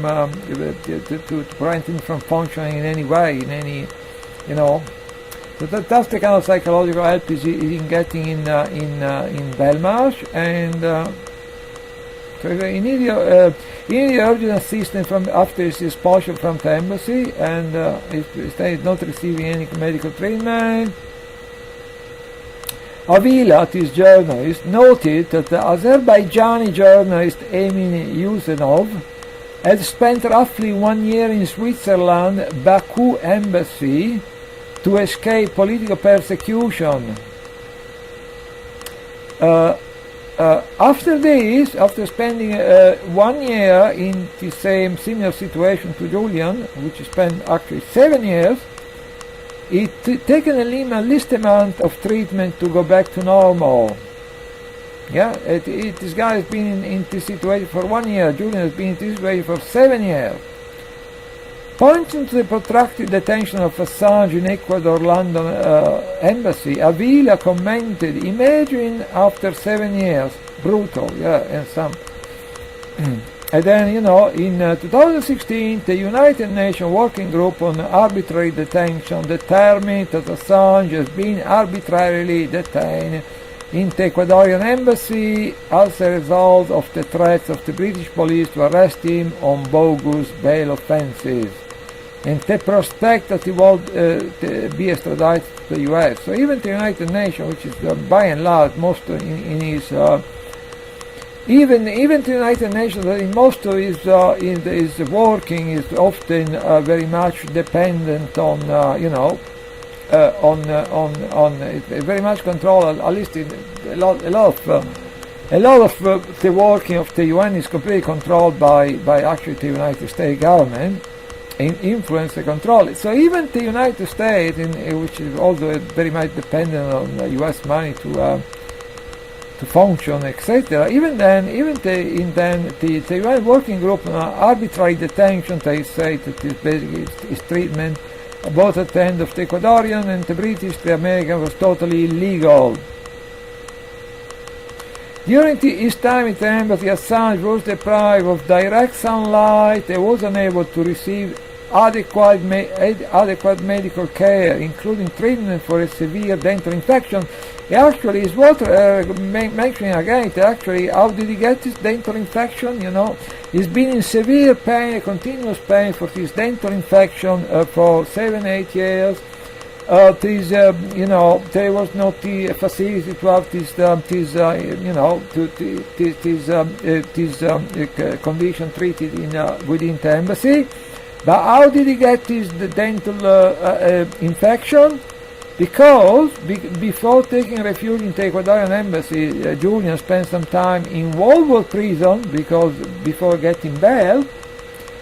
And in Woolworth Prison, he was eating some food in Woolworth Prison, and he chewed on a large metallic object that broke one of his teeth.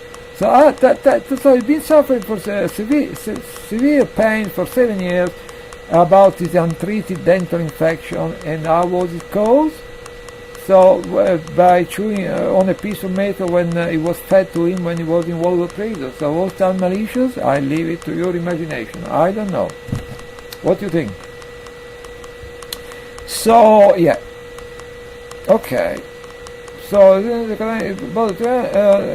private direct sunlight, he was unable to receive adequate medical care, including treatment for a severe dental infection.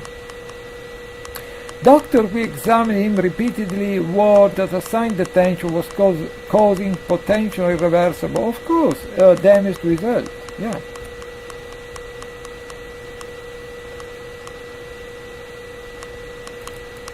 Following his conviction on the bail charges, imagine that. I mean, if someone which has never been, involved in any act of violence, breaching bail charges, which can be settled with a fine, he will be sentenced to the maximum sentence of 1 year. Yeah. In a high security prison. Obviously, they do whatever they want. The might is right. You just need to hope that you're never going to find yourself in the wrong place. All you can do is to hope you're never going to find yourself in the wrong place at the wrong time or in the wrong situation, because then it's not just going to be Julian Assange, the target individual. It's going to be you at the receiving end of this stuff, because all the mechanisms are already in place to target people in this fashion.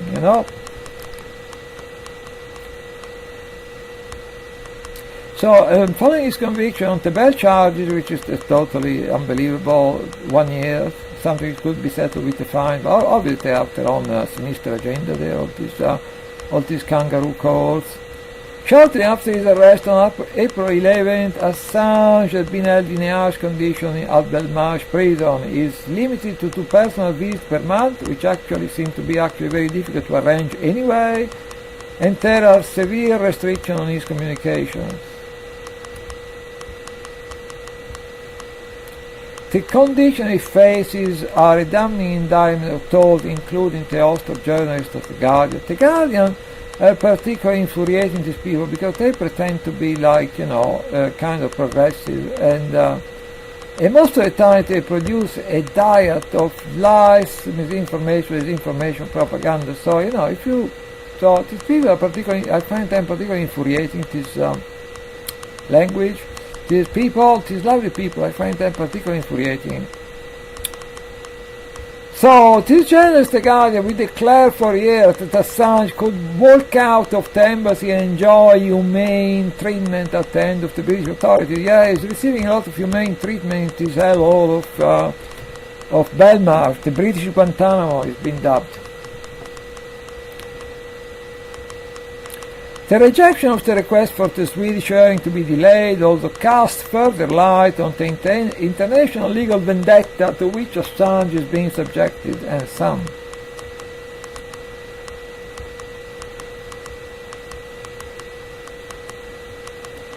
According to Swedish publication TNT and to Uppsala Nya Tidning, which is Samuelsson Teloy, the Swedish lawyer, has stated that he is only able to communicate with Assange through personal visit at Belmarsh because they preventing them from having conversation over the phone. So the poor guy had to come every time you want to speak to Assange. He had to come travel all the way from Sweden.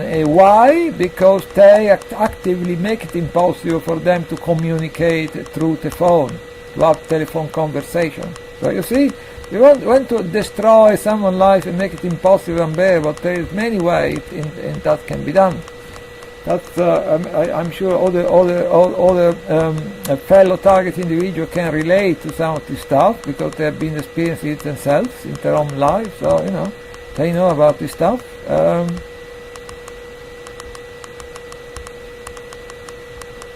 So he's not able to contact Assange from Sweden. So obviously, to make an story short, they try, even with this Swedish bogus charge, which have been reopened, they try to make life as difficult as possible for Assange, for his Swedish lawyer, basically. That's what they're doing.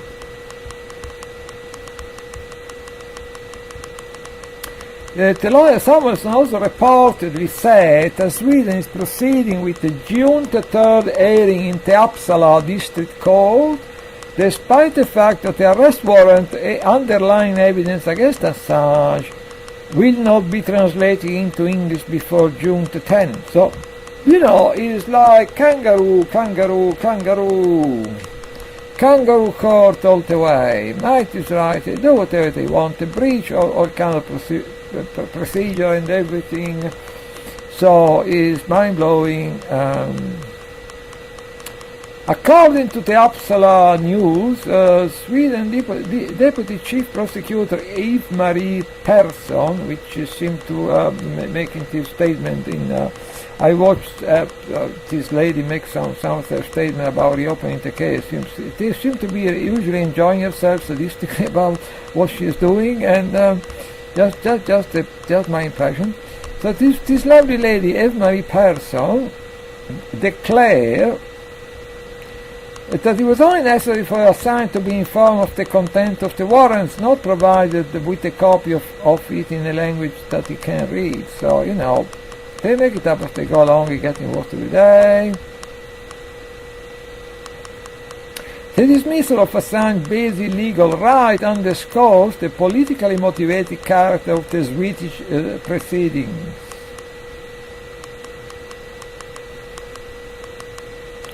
Persson, this lovely Swedish, she's a deputy, not the chief prosecutor in Sweden, she's the deputy chief prosecutor.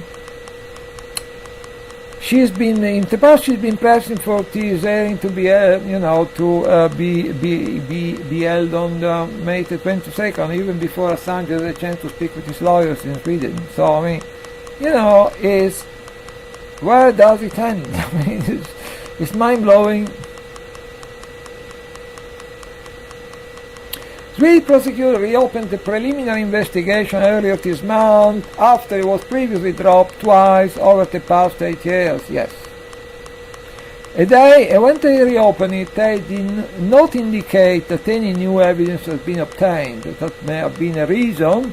To reopen the investigation, but there is no new evidence, just a malicious desire to go after Julian, basically. WikiLeaks lawyer previously published ample documentation to demonstrate that the allegations against Assange were concocted. Test messages from one of the supposed victims in 2010, for instance, stated, "I don't want to put any charge against Julian Assange. It was the police that made up the charges." Yeah, I think that is quite complicated. I've been following all the saga in Sweden. I think the first woman, woman number one, she was quite fairly decent, fairly straightforward. I think the problem arises with woman number two, which I think she is an agent. So my understanding is that the problem arises with woman number two, which is I'm completely convinced she was working for the deep state. She was setting Julian up, and I don't want to elaborate. I mean, there is also information which point in this direction. She gets crashing Julian party in a restaurant and many other things. So I mean, there is a lot of evidence that she was working for the state, tried to set up Julian. She was the one which then contacted woman number one, and she tried to persuade her to go together with the police. Then woman number one, when she saw the direction the situation was taking, she became quite horrified. She was the genuine one, the honest one, the decent one. But woman number two, even now, is the one which is instigating the reopening of the case. So this woman, which is probably still pretending to be a bona fide, political activist in Sweden, maybe try to set up other people to do further damage to the political activism community in Sweden. She should be named and exposed in my book.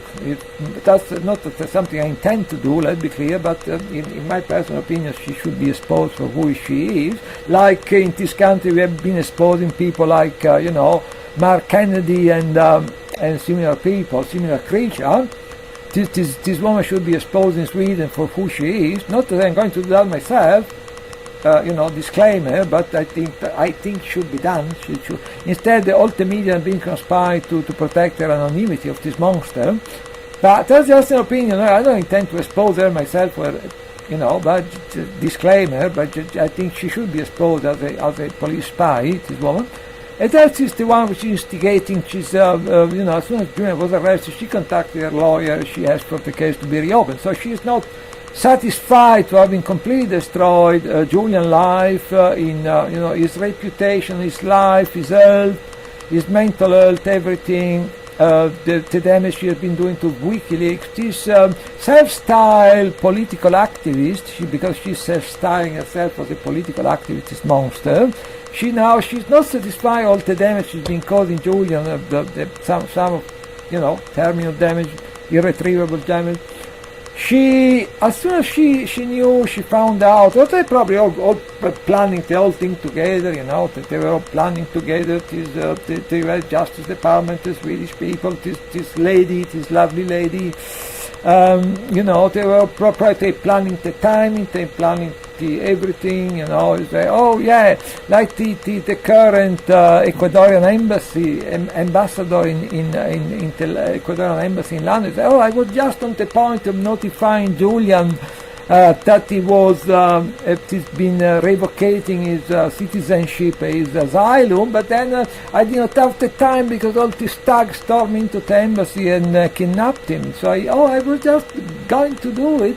But I was prevented by these people, as soon as I was arrested, and all the people started crawling out of the woodwork, and not before, I would have been at least legally more, decent, but now all of them was arrested, and we're very just the Ecuadorians, we're just on the point of letting him know that we are revocating his citizenship and asylum.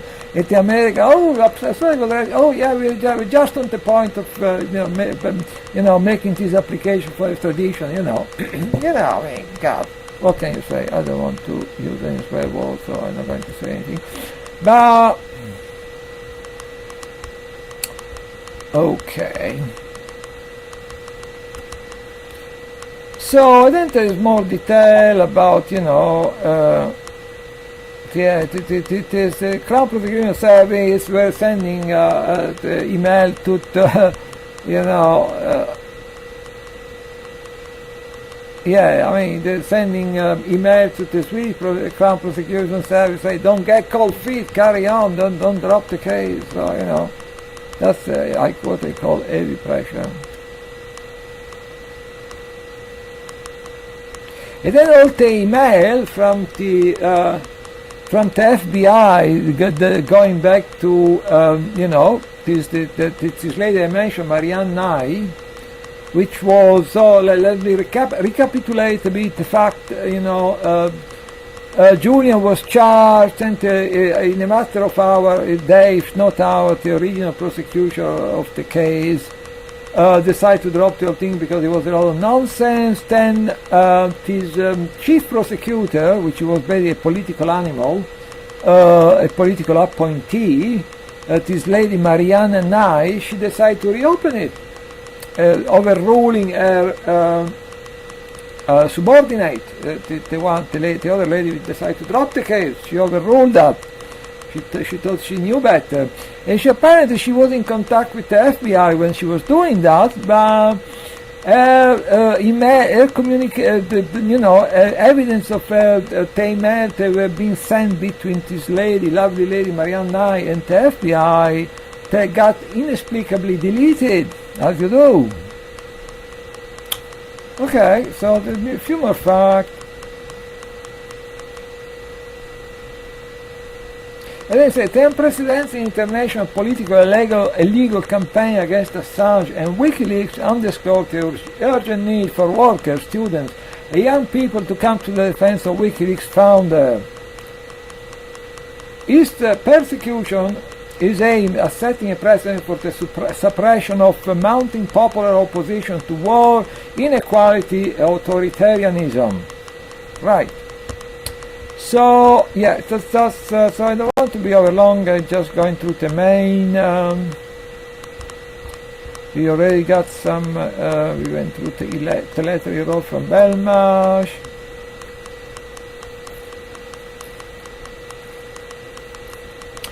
Julian Assange, freedom of speech, use it or lose it. Yeah, freedom of speech, you either use it or lose it, yeah. But it's not easy, but, Now, then there is this very good article from Elizabeth Voss, from the US. On Consortium News,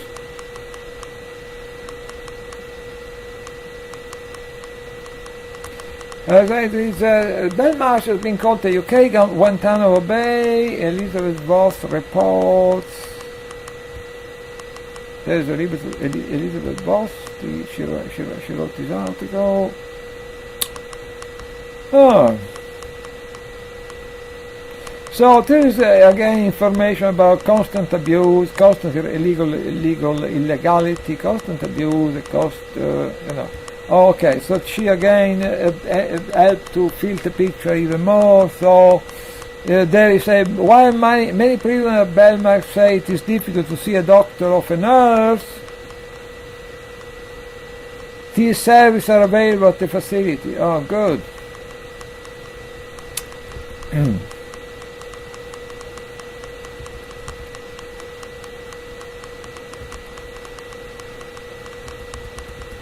So I don't want to be repetitious, so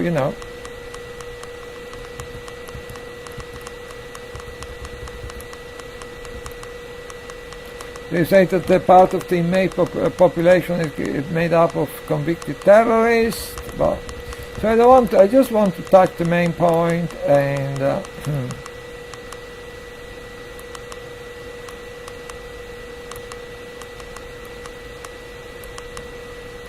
They say that a lot of people they are very inmate. When they move to Belmarsh, they find very difficult to adapt to the regime in the prison. So I don't want to be repetition to talk about nonsense. I just want to focus on the main fact. So there's been very many human rights reports, report from the House of Lords about this facility. All these reports have been found this facility wanting in terms of basic human rights, the facility, and so it's a very hellhole. Then they seem to have even a high security unity within the high security unity.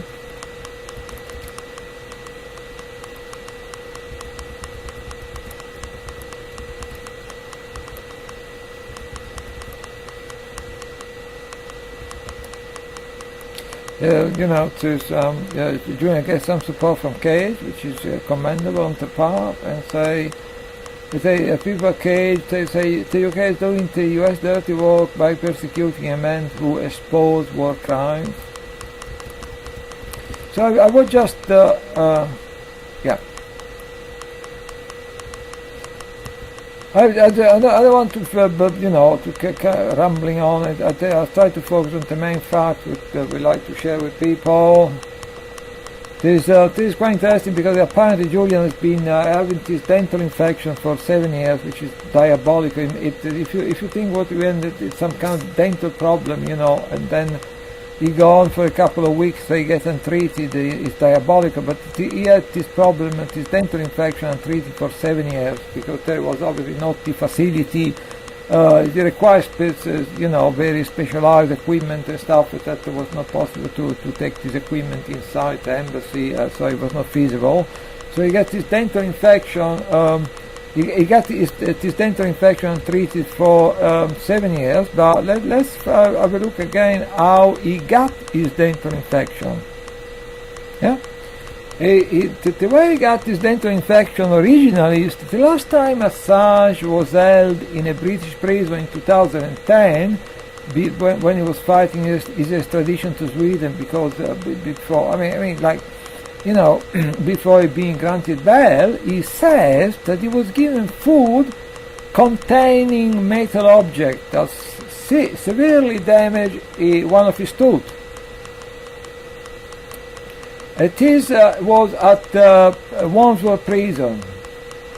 The incident, so there was some malicious. I would say yes, but as a gut feeling, I would say they probably, it's part of the treatment, it's part of trying to make his life unbearable. But the incident caused serious injury. He didn't receive proper medical treatment during the 6.5 years of his confinement in the Ecuadorian embassy. A medical report published by WikiLeaks in 2015 described Assange's version of the event. So there is the possibility that this dental infection, which been causing him constant and severe pain for the best part of 7 years, there has been the possibility that it may have actually been caused maliciously. Because Mr. Assange reported that the broken tooth was initially fractured when he was in Wandsworth Prison in December 2010. Mr. Assange showed the exhibit contemporaneous Wandsworth Prison reports regarding Mr. Assange receiving the attention of a dentist after a hard object had broken his upper first premolar. Mr. Assange reported the piece of fractured tooth disappeared from Mr. Assange's cell while he was in the showers. Immediately after Mr. Assange complained to CSU staff about the object in his food. So he made a complaint about pieces of metal in his food which caused the problem, and after that the piece of tooth disappeared from his cell. Mr. Assange says that the episode not only caused physical pain and distress, but also in conjunction with the segregation caused him to feel targeted and persecuted. Welcome to the club. That's what targeted individuals feel most of the time, with good reason. A series of dental complications resulting from the fracture. So there is also evidence, or at least some indication, that this dental problem, dental infection, which causing him severe continuous pain for 7 years, was actually caused maliciously. And then when he started to complain about it, or to investigate the whole situation, his broken tooth disappeared from his cell. It does remind me of something which happened to me. I think it was on the 2nd of October 2017. I was attacked gratuitously. I got this unprovoked attack by a drug dealer living in my block of flat. I lost the tooth in the attack, and then I kept the tooth. I washed it. I wrapped it up. As evidence of the attack, I put it in my bathroom cabinet, and then when I went to look for it, maybe after 4 or 5 years, he was there. There was no question that he was there. I went to look for the evidence. After 4 or 5 days, he was completely gone. Yeah, so that's happened to me too, in a very different situation. So that's the stuff they do to people, you know. And when the target individual talk about this stuff, oh, you must be crazy. They wouldn't do this kind of things, you know. They wouldn't. So when we talk about what's happening to us, to the people who are not targeting, oh, come on, you must be paranoid, you must be crazy. They wouldn't do something like that to you. Yeah, no, of course not. So there. So I only describe also some of the gory detail of the abuse he did get today. Was manhandled and bundled outside the embassy. So Julian say, this is unlawful. I am not leaving. It was in fact unlawful on so many counts, but you know, might is right. So he described a bit what happened in the abuse he did receive today. Was kidnapped from the embassy. So he said, a uniformed British police officer aided by what appeared to be plainclothes secret police, this lovely creature, had entered the embassy on Thursday morning when the Ecuadorian ambassador indicated he was prepared to serve up on Mr. Assange documentation revoking his asylum. So, you know, they don't want to startle him, they don't want to give him the time to contact people, maybe summon some kind of witnesses. There's some kind of witnesses. They want to, so, oh yeah, you know, it's just I was just going to tell him that his asylum had been revoked, but then it was too late. That these thugs, they stormed the embassy, you know, because if they were to tell him before, and he would at least have the time to contact a few people to get some witnesses outside. Thankfully, at the time, I think most people, most of his supporters were not actually there. I think actually Kieran O'Reilly, my friend Kieran O'Reilly, which spent weeks there camping outside the embassy at the time. He was in Dublin for 1 day. So, and fortunately, the Raptil people, they stuck with it, they remained there through thick and thin, and they were able to film the whole horrific abuse. So at least the Raptil people were still there, and we have the footage of the horrific abuse.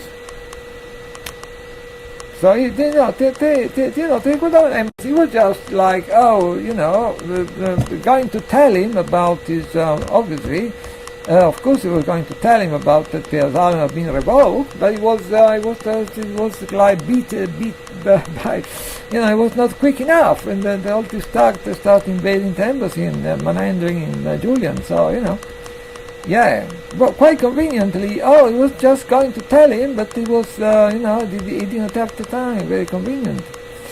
So.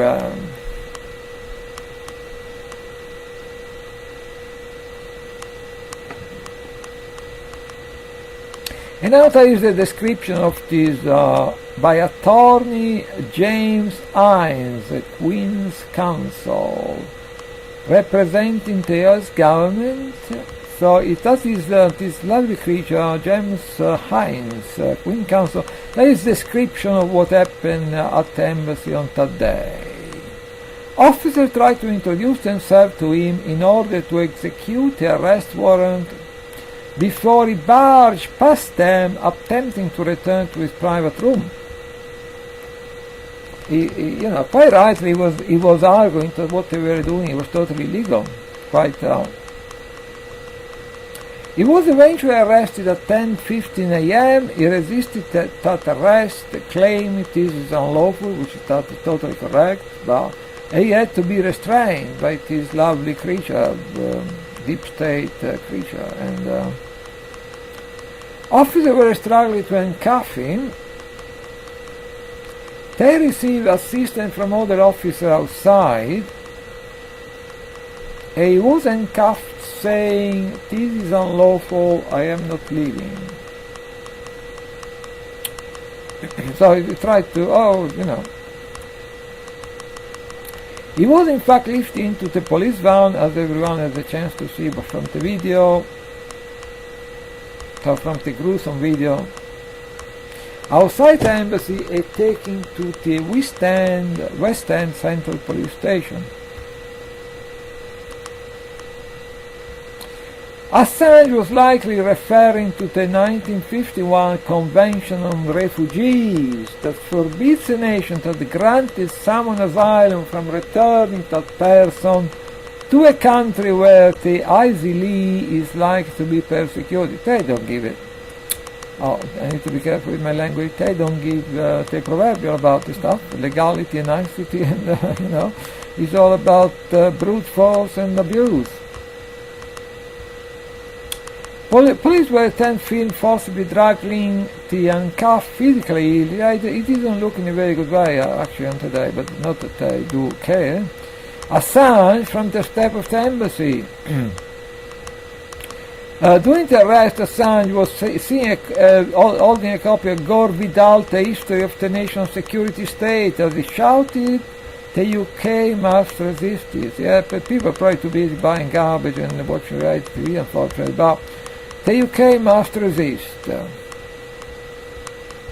The thing is that the reason why he was holding on to the Gore Vidal book, people think like, he was trying to send people a message. He was, holding Gore Vidal, the late Gore Vidal, History of the National Security State, which is, I never read it, but I think is in my reading list. I think it's probably an excellent work, book.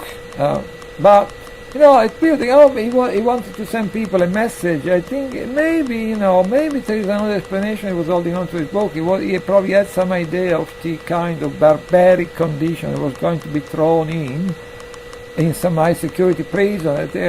Maybe he was just thinking, maybe at least I will have something to read when I'm there, because he probably had some idea. It was like he was going to be thrown into some kind of Guantanamo-like facility. So I thought, maybe he was not sending message to the British public by holding on to this book.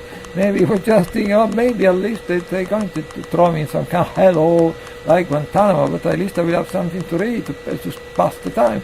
There is some indications that even this book may have been taken away from him, from these totally evil people.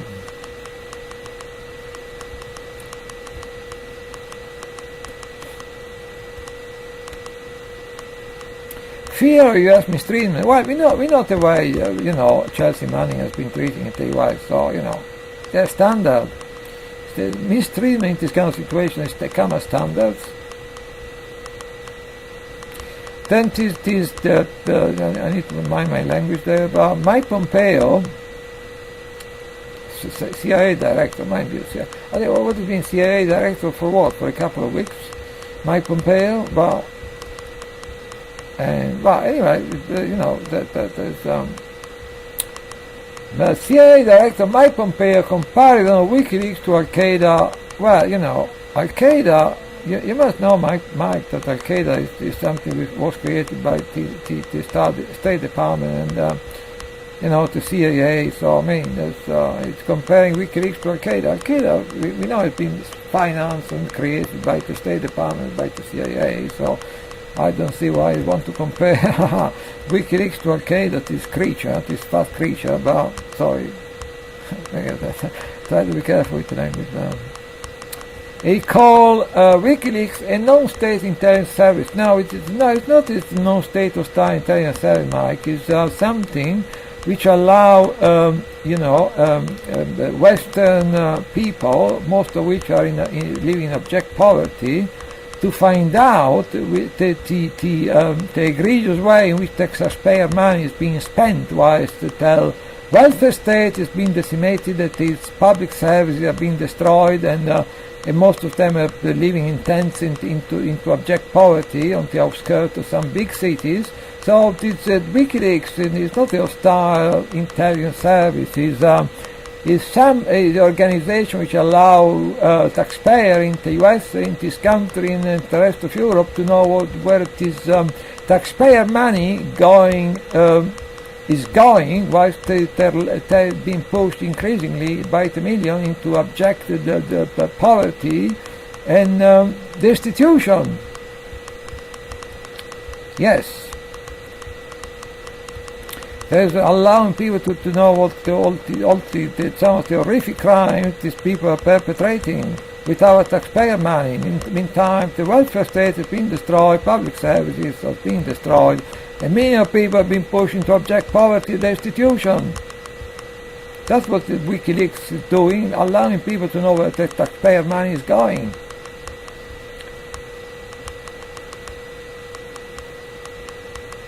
Lawyers for Assange say he may risk torture, his life will be in danger if he were to extradite. Look at what they're doing to him in Belmarsh even before extraditing him. So, I mean, you can imagine what is going to happen to him next. You can get a pretty good idea what they're going to do to him in the US, including maybe even waterboarding. I wouldn't rule it out.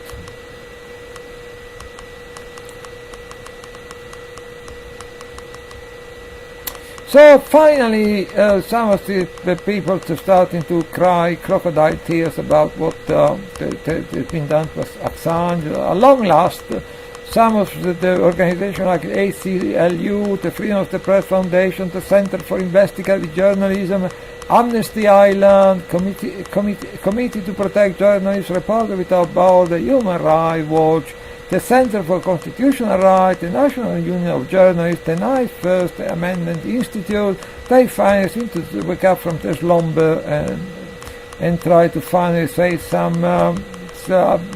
try to quite tardily jump to the defense of Julian in some kind of half-hearted kind of way.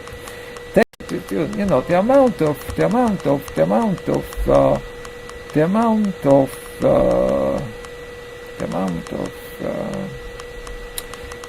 of disinformation, misinformation, lies, mere propaganda they're producing around WikiLeaks and Julian Assange is mind-blowing. So So I think I've been going for quite a long time now, and I'm going to end. I hope this, at least some of the information will be useful. Okay, I would like to just finish with some information about the fact that Julian has been plied with zombie drug BZ, if I can find the proper article.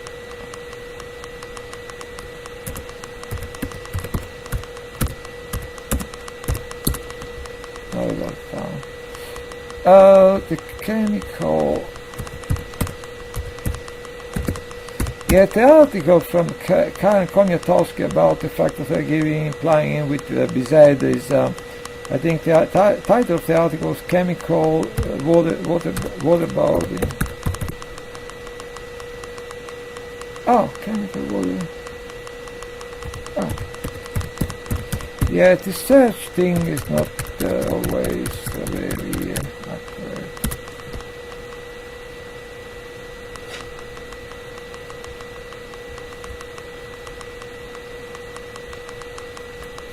This article, okay. So this article is as reported by. I was trying to look for the original article. This is the same article by Karen Koniatowski, which is a U.S. intelligence whistleblower, published in. It's not the original article, but it's republished, syndicated in Lew Rockwell. It has been published on the 7th of May, and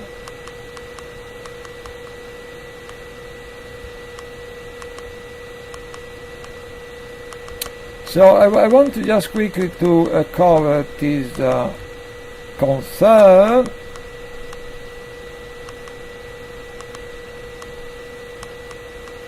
About some of the fact that is okay.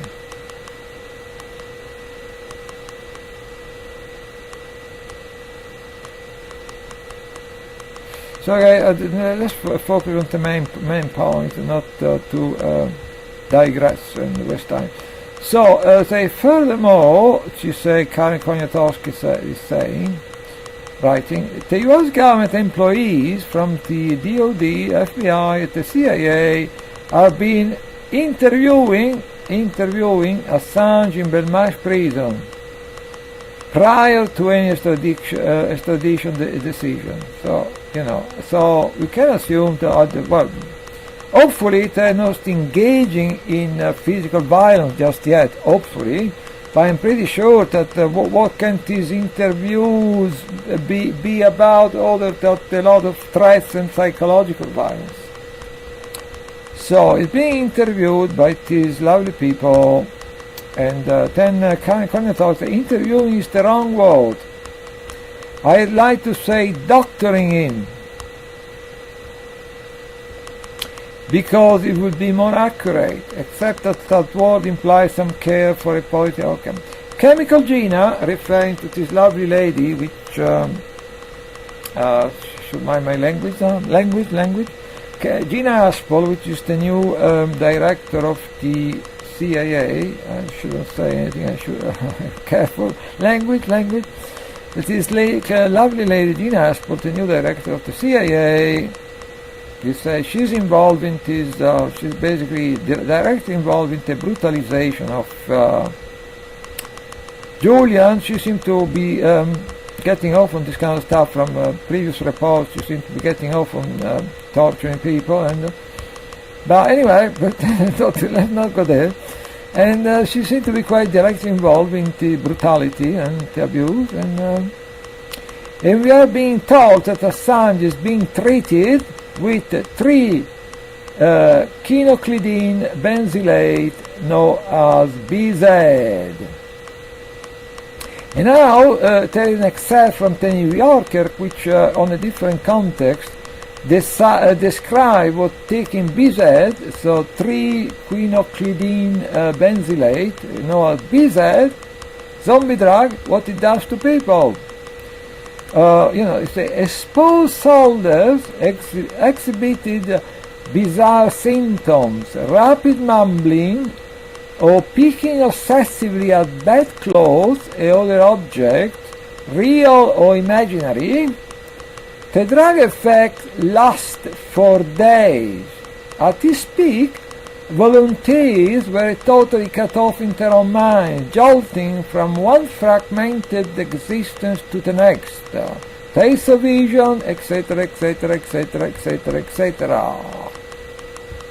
And then after getting this drug, Solder on BZ afterward could remember only fragments of the experience afterward. So it's also quite good for interrogating people, because you can you put all kind of pressure on them, and then people won't even remember afterward. As the drug wore off and the subject had trouble discerning what was real and what was not, many experienced anxiety, aggression, even terror. So that's what BZ does to people. So without digressing too much, so basically, apparently, Karen, the lady who wrote this article, she's a U.S. intelligence whistleblower, so she's still in touch with a lot of other people in the intelligence community, and she said that she has quite reliable information that is they have been treating, in inverted commas, Julian with BZ. There's nothing, there's not a conspiracy theorist. There's not a conspiracy theory, let me break it down for you. Obviously, Julian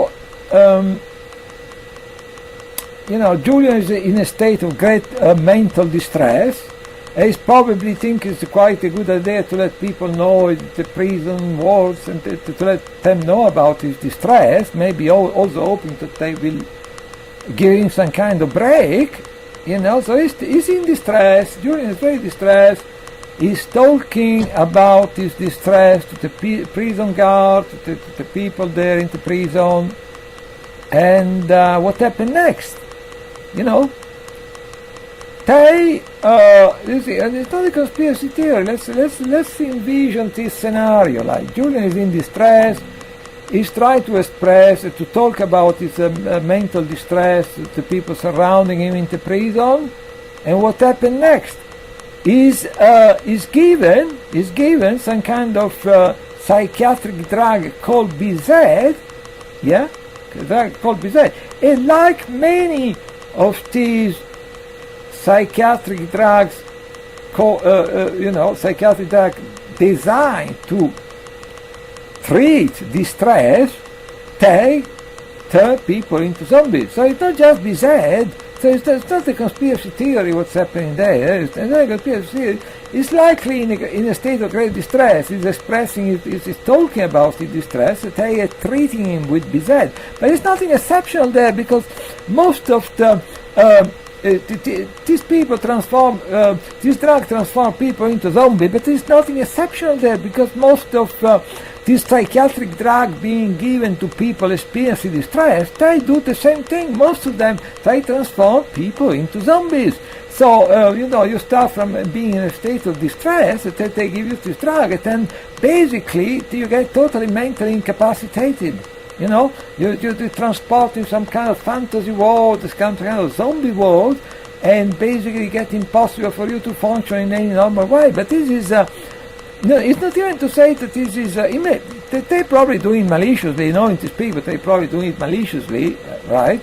But, it's nothing exceptional, because it's something which happened, to many people which maybe they find themselves in the prison, and then they decide to move them to a psychiatric hospital, then they've been given something to treat their distress, and most of the psychiatric drugs, they're all the same, So even though it's very likely that they're doing this thing maliciously, knowing exactly what they're doing to him, to put in a situation where it's becoming impossible for him to function mentally in a normal way, on top of everything else. So even though it's very likely that they're doing this thing maliciously, Also, there is nothing particularly conspiracy theory or uncommon in this thing, because that's what they do to most people in distress, in prison and psychiatric hospital. You say you're in distress, they give you this this kind of zombie drug, and that you go from a situation you are in a state of distress to a situation where, thanks to these drugs, you end up in a situation where it becomes totally impossible for you to function mentally. You become mentally completely incapacitated. So, that may be the missing link to explain why Julian, which is a fighter, which is basically a fighter, which is a very strong personality, a strong, is a fighter, went from a situation of being his usual self as a very determined individual, a very focused individual, to a situation where he can even have a conversation with his Swedish lawyer come to visit. And maybe the missing link is BZ, because most of these psychiatric drugs, that's what they do to you. They completely incapacitate you mentally.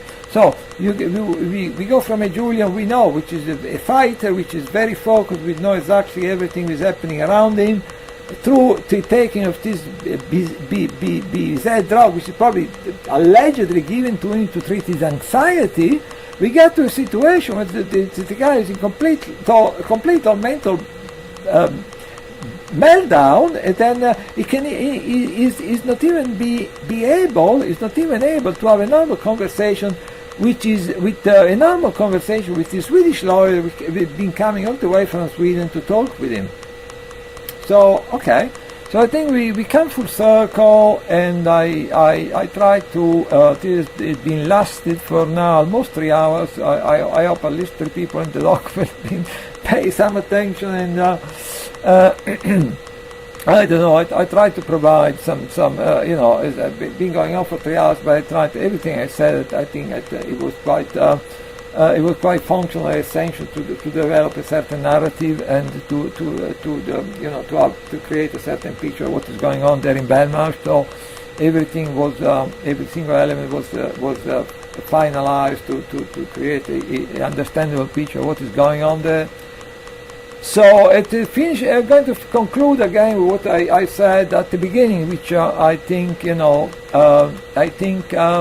I may be able, I feel very strongly as a target individual, as a person which has been in similar situation many times in my life, that the situation is being completely, caged in and made to go through a totally impossible situation. I have a huge amount of empathy for what Julian is going through at the moment. I think either on my own, or if other people want to take part, like people like Kieran O'Reilly want to join me, I will implement the strategy of basically the Parliament now is in recess at this very moment. They should be back in a couple of days. On next Tuesday, they're going to be back. So I think going probably because of this Brexit thing is going to be sit continuously for quite weeks and weeks and months. So the idea is to go down to Westminster and to be either outside number 10 outside Parliament, and to shout to people, to let them know what is happening with Julian Assange. Most people, they don't even know the horror of what is being put through in this prison, in this barbaric facility. Most people don't even know. So most people, even I tell you, even not just ordinary people, not even member of Parliament, they're probably not even interested anyway to find out. But I mean, they probably don't even know the treatment, the barbaric treatment is being subjected to, because or even members of the government, they probably don't. Civil servants, they probably don't even know themselves what the barbaric treatment Julian is being subjected to. So I think it's important someone there to shout the fact. 23 hours isolation, not preventing from accessing the library, preventing from borrowing book, preventing from reading any reading material, preventing from having a radio, preventing from using a television, which is the standard fare for most prisoners in this country. very difficult for him to receive, supposed to max two visitors per month. That actually is made very difficult actually for this visitor to book their visit so it's actually being obstructed even in receiving even these 2 visits that is supposed to be allowed per month. It made it very difficult for him to be able to access that. Not able to receive any telephone calls. Very difficult to make telephone calls. All this all these ongoing medical condition being, I'm going to be around Westminster. I'm going to shout this information to passerby, to the member of parliament passing by, and to the various officials and ministers and all the rest of people transiting there. So that's my intention. If people, I offer Kieran O'Reilly to join me if he wants to abandon his vigil in outside Belmarsh. If you want to join me in try to spread information around Westminster, I may see Kieran tomorrow morning at 9 o'clock outside the Westminster Magistrate Court in Marylebone Road. So I may ask him again if he's any desire to join me. And actually, another thing which maybe may want to have a look at. Let's have a look.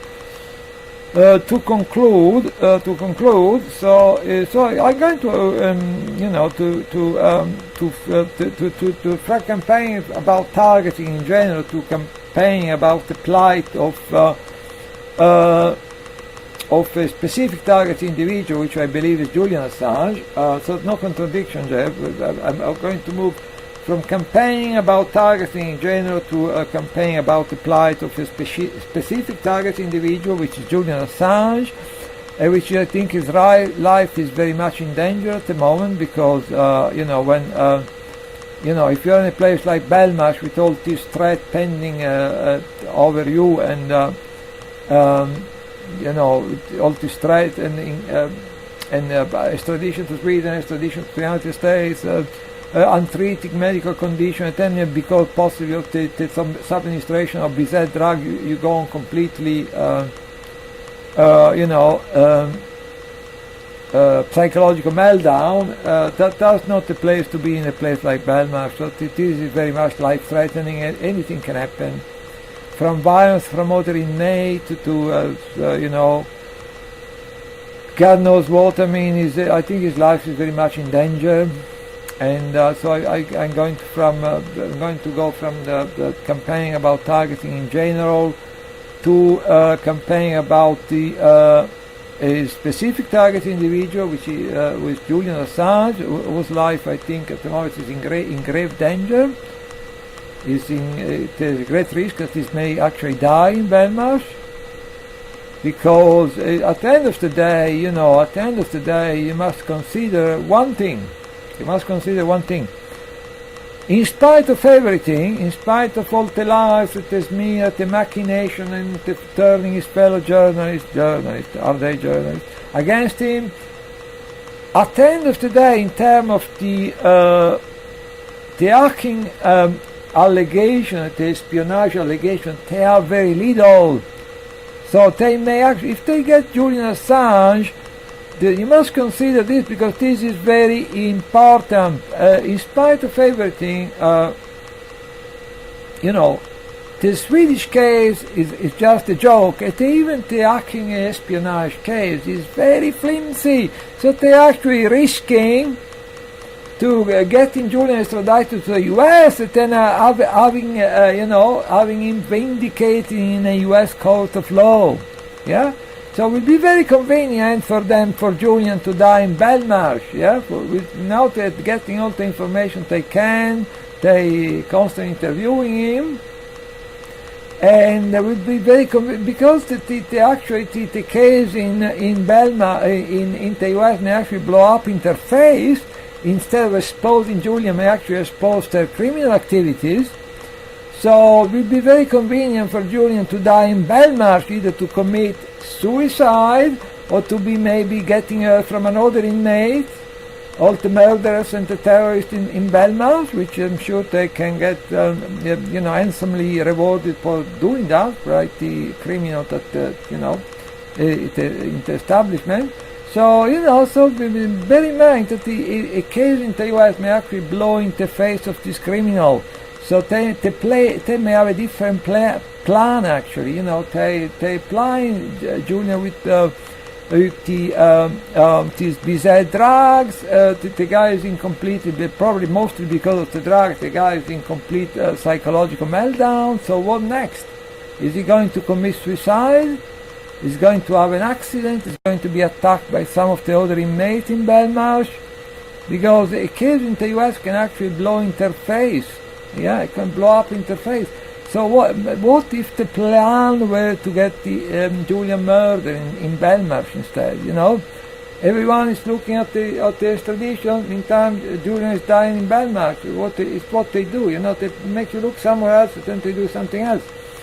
So I think Julian's life is very much in danger. I'm going to be, all my energy are going to be spent in the foreseeable future to highlight what is going on there, the fact that danger is at risk of losing his life. And I'm going to be in Westminster. I'm going to, shouting my lungs out about letting the general public and the member of parliament, the other official and Whitehall mandarins and ministers and usually the Secretary of State who travel in a car, they don't go by foot, but all these creatures know about what's going on with Julian. And I'm going to conclude and then showing you the poster for the two next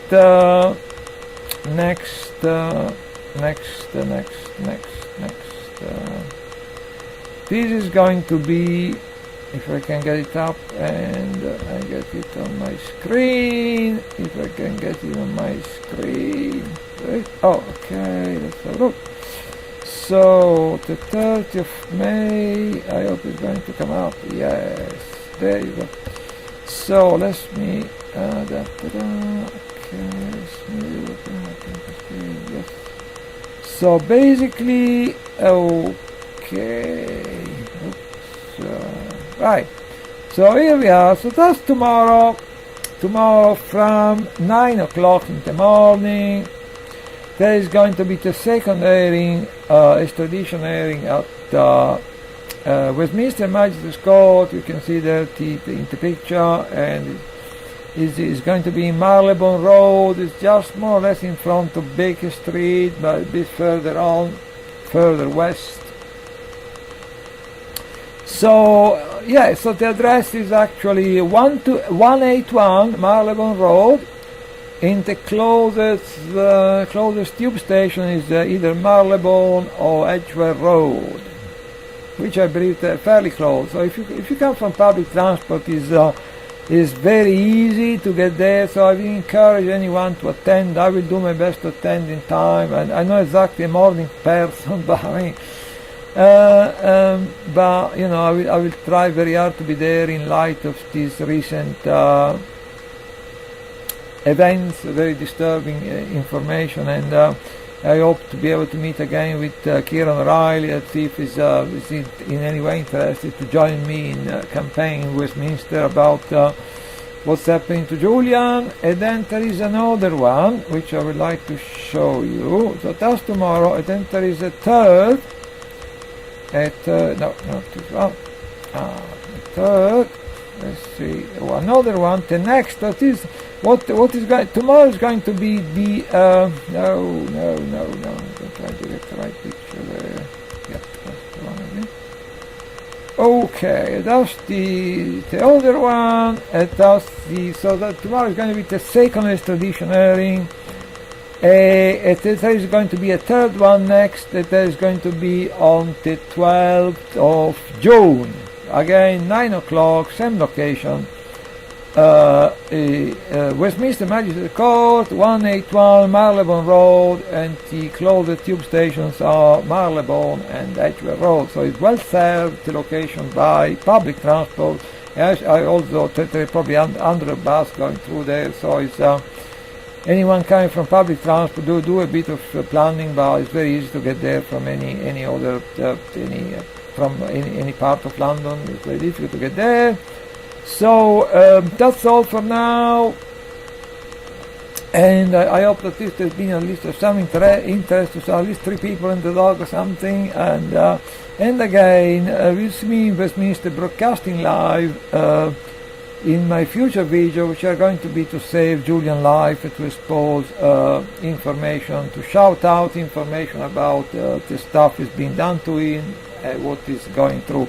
So that's all for now.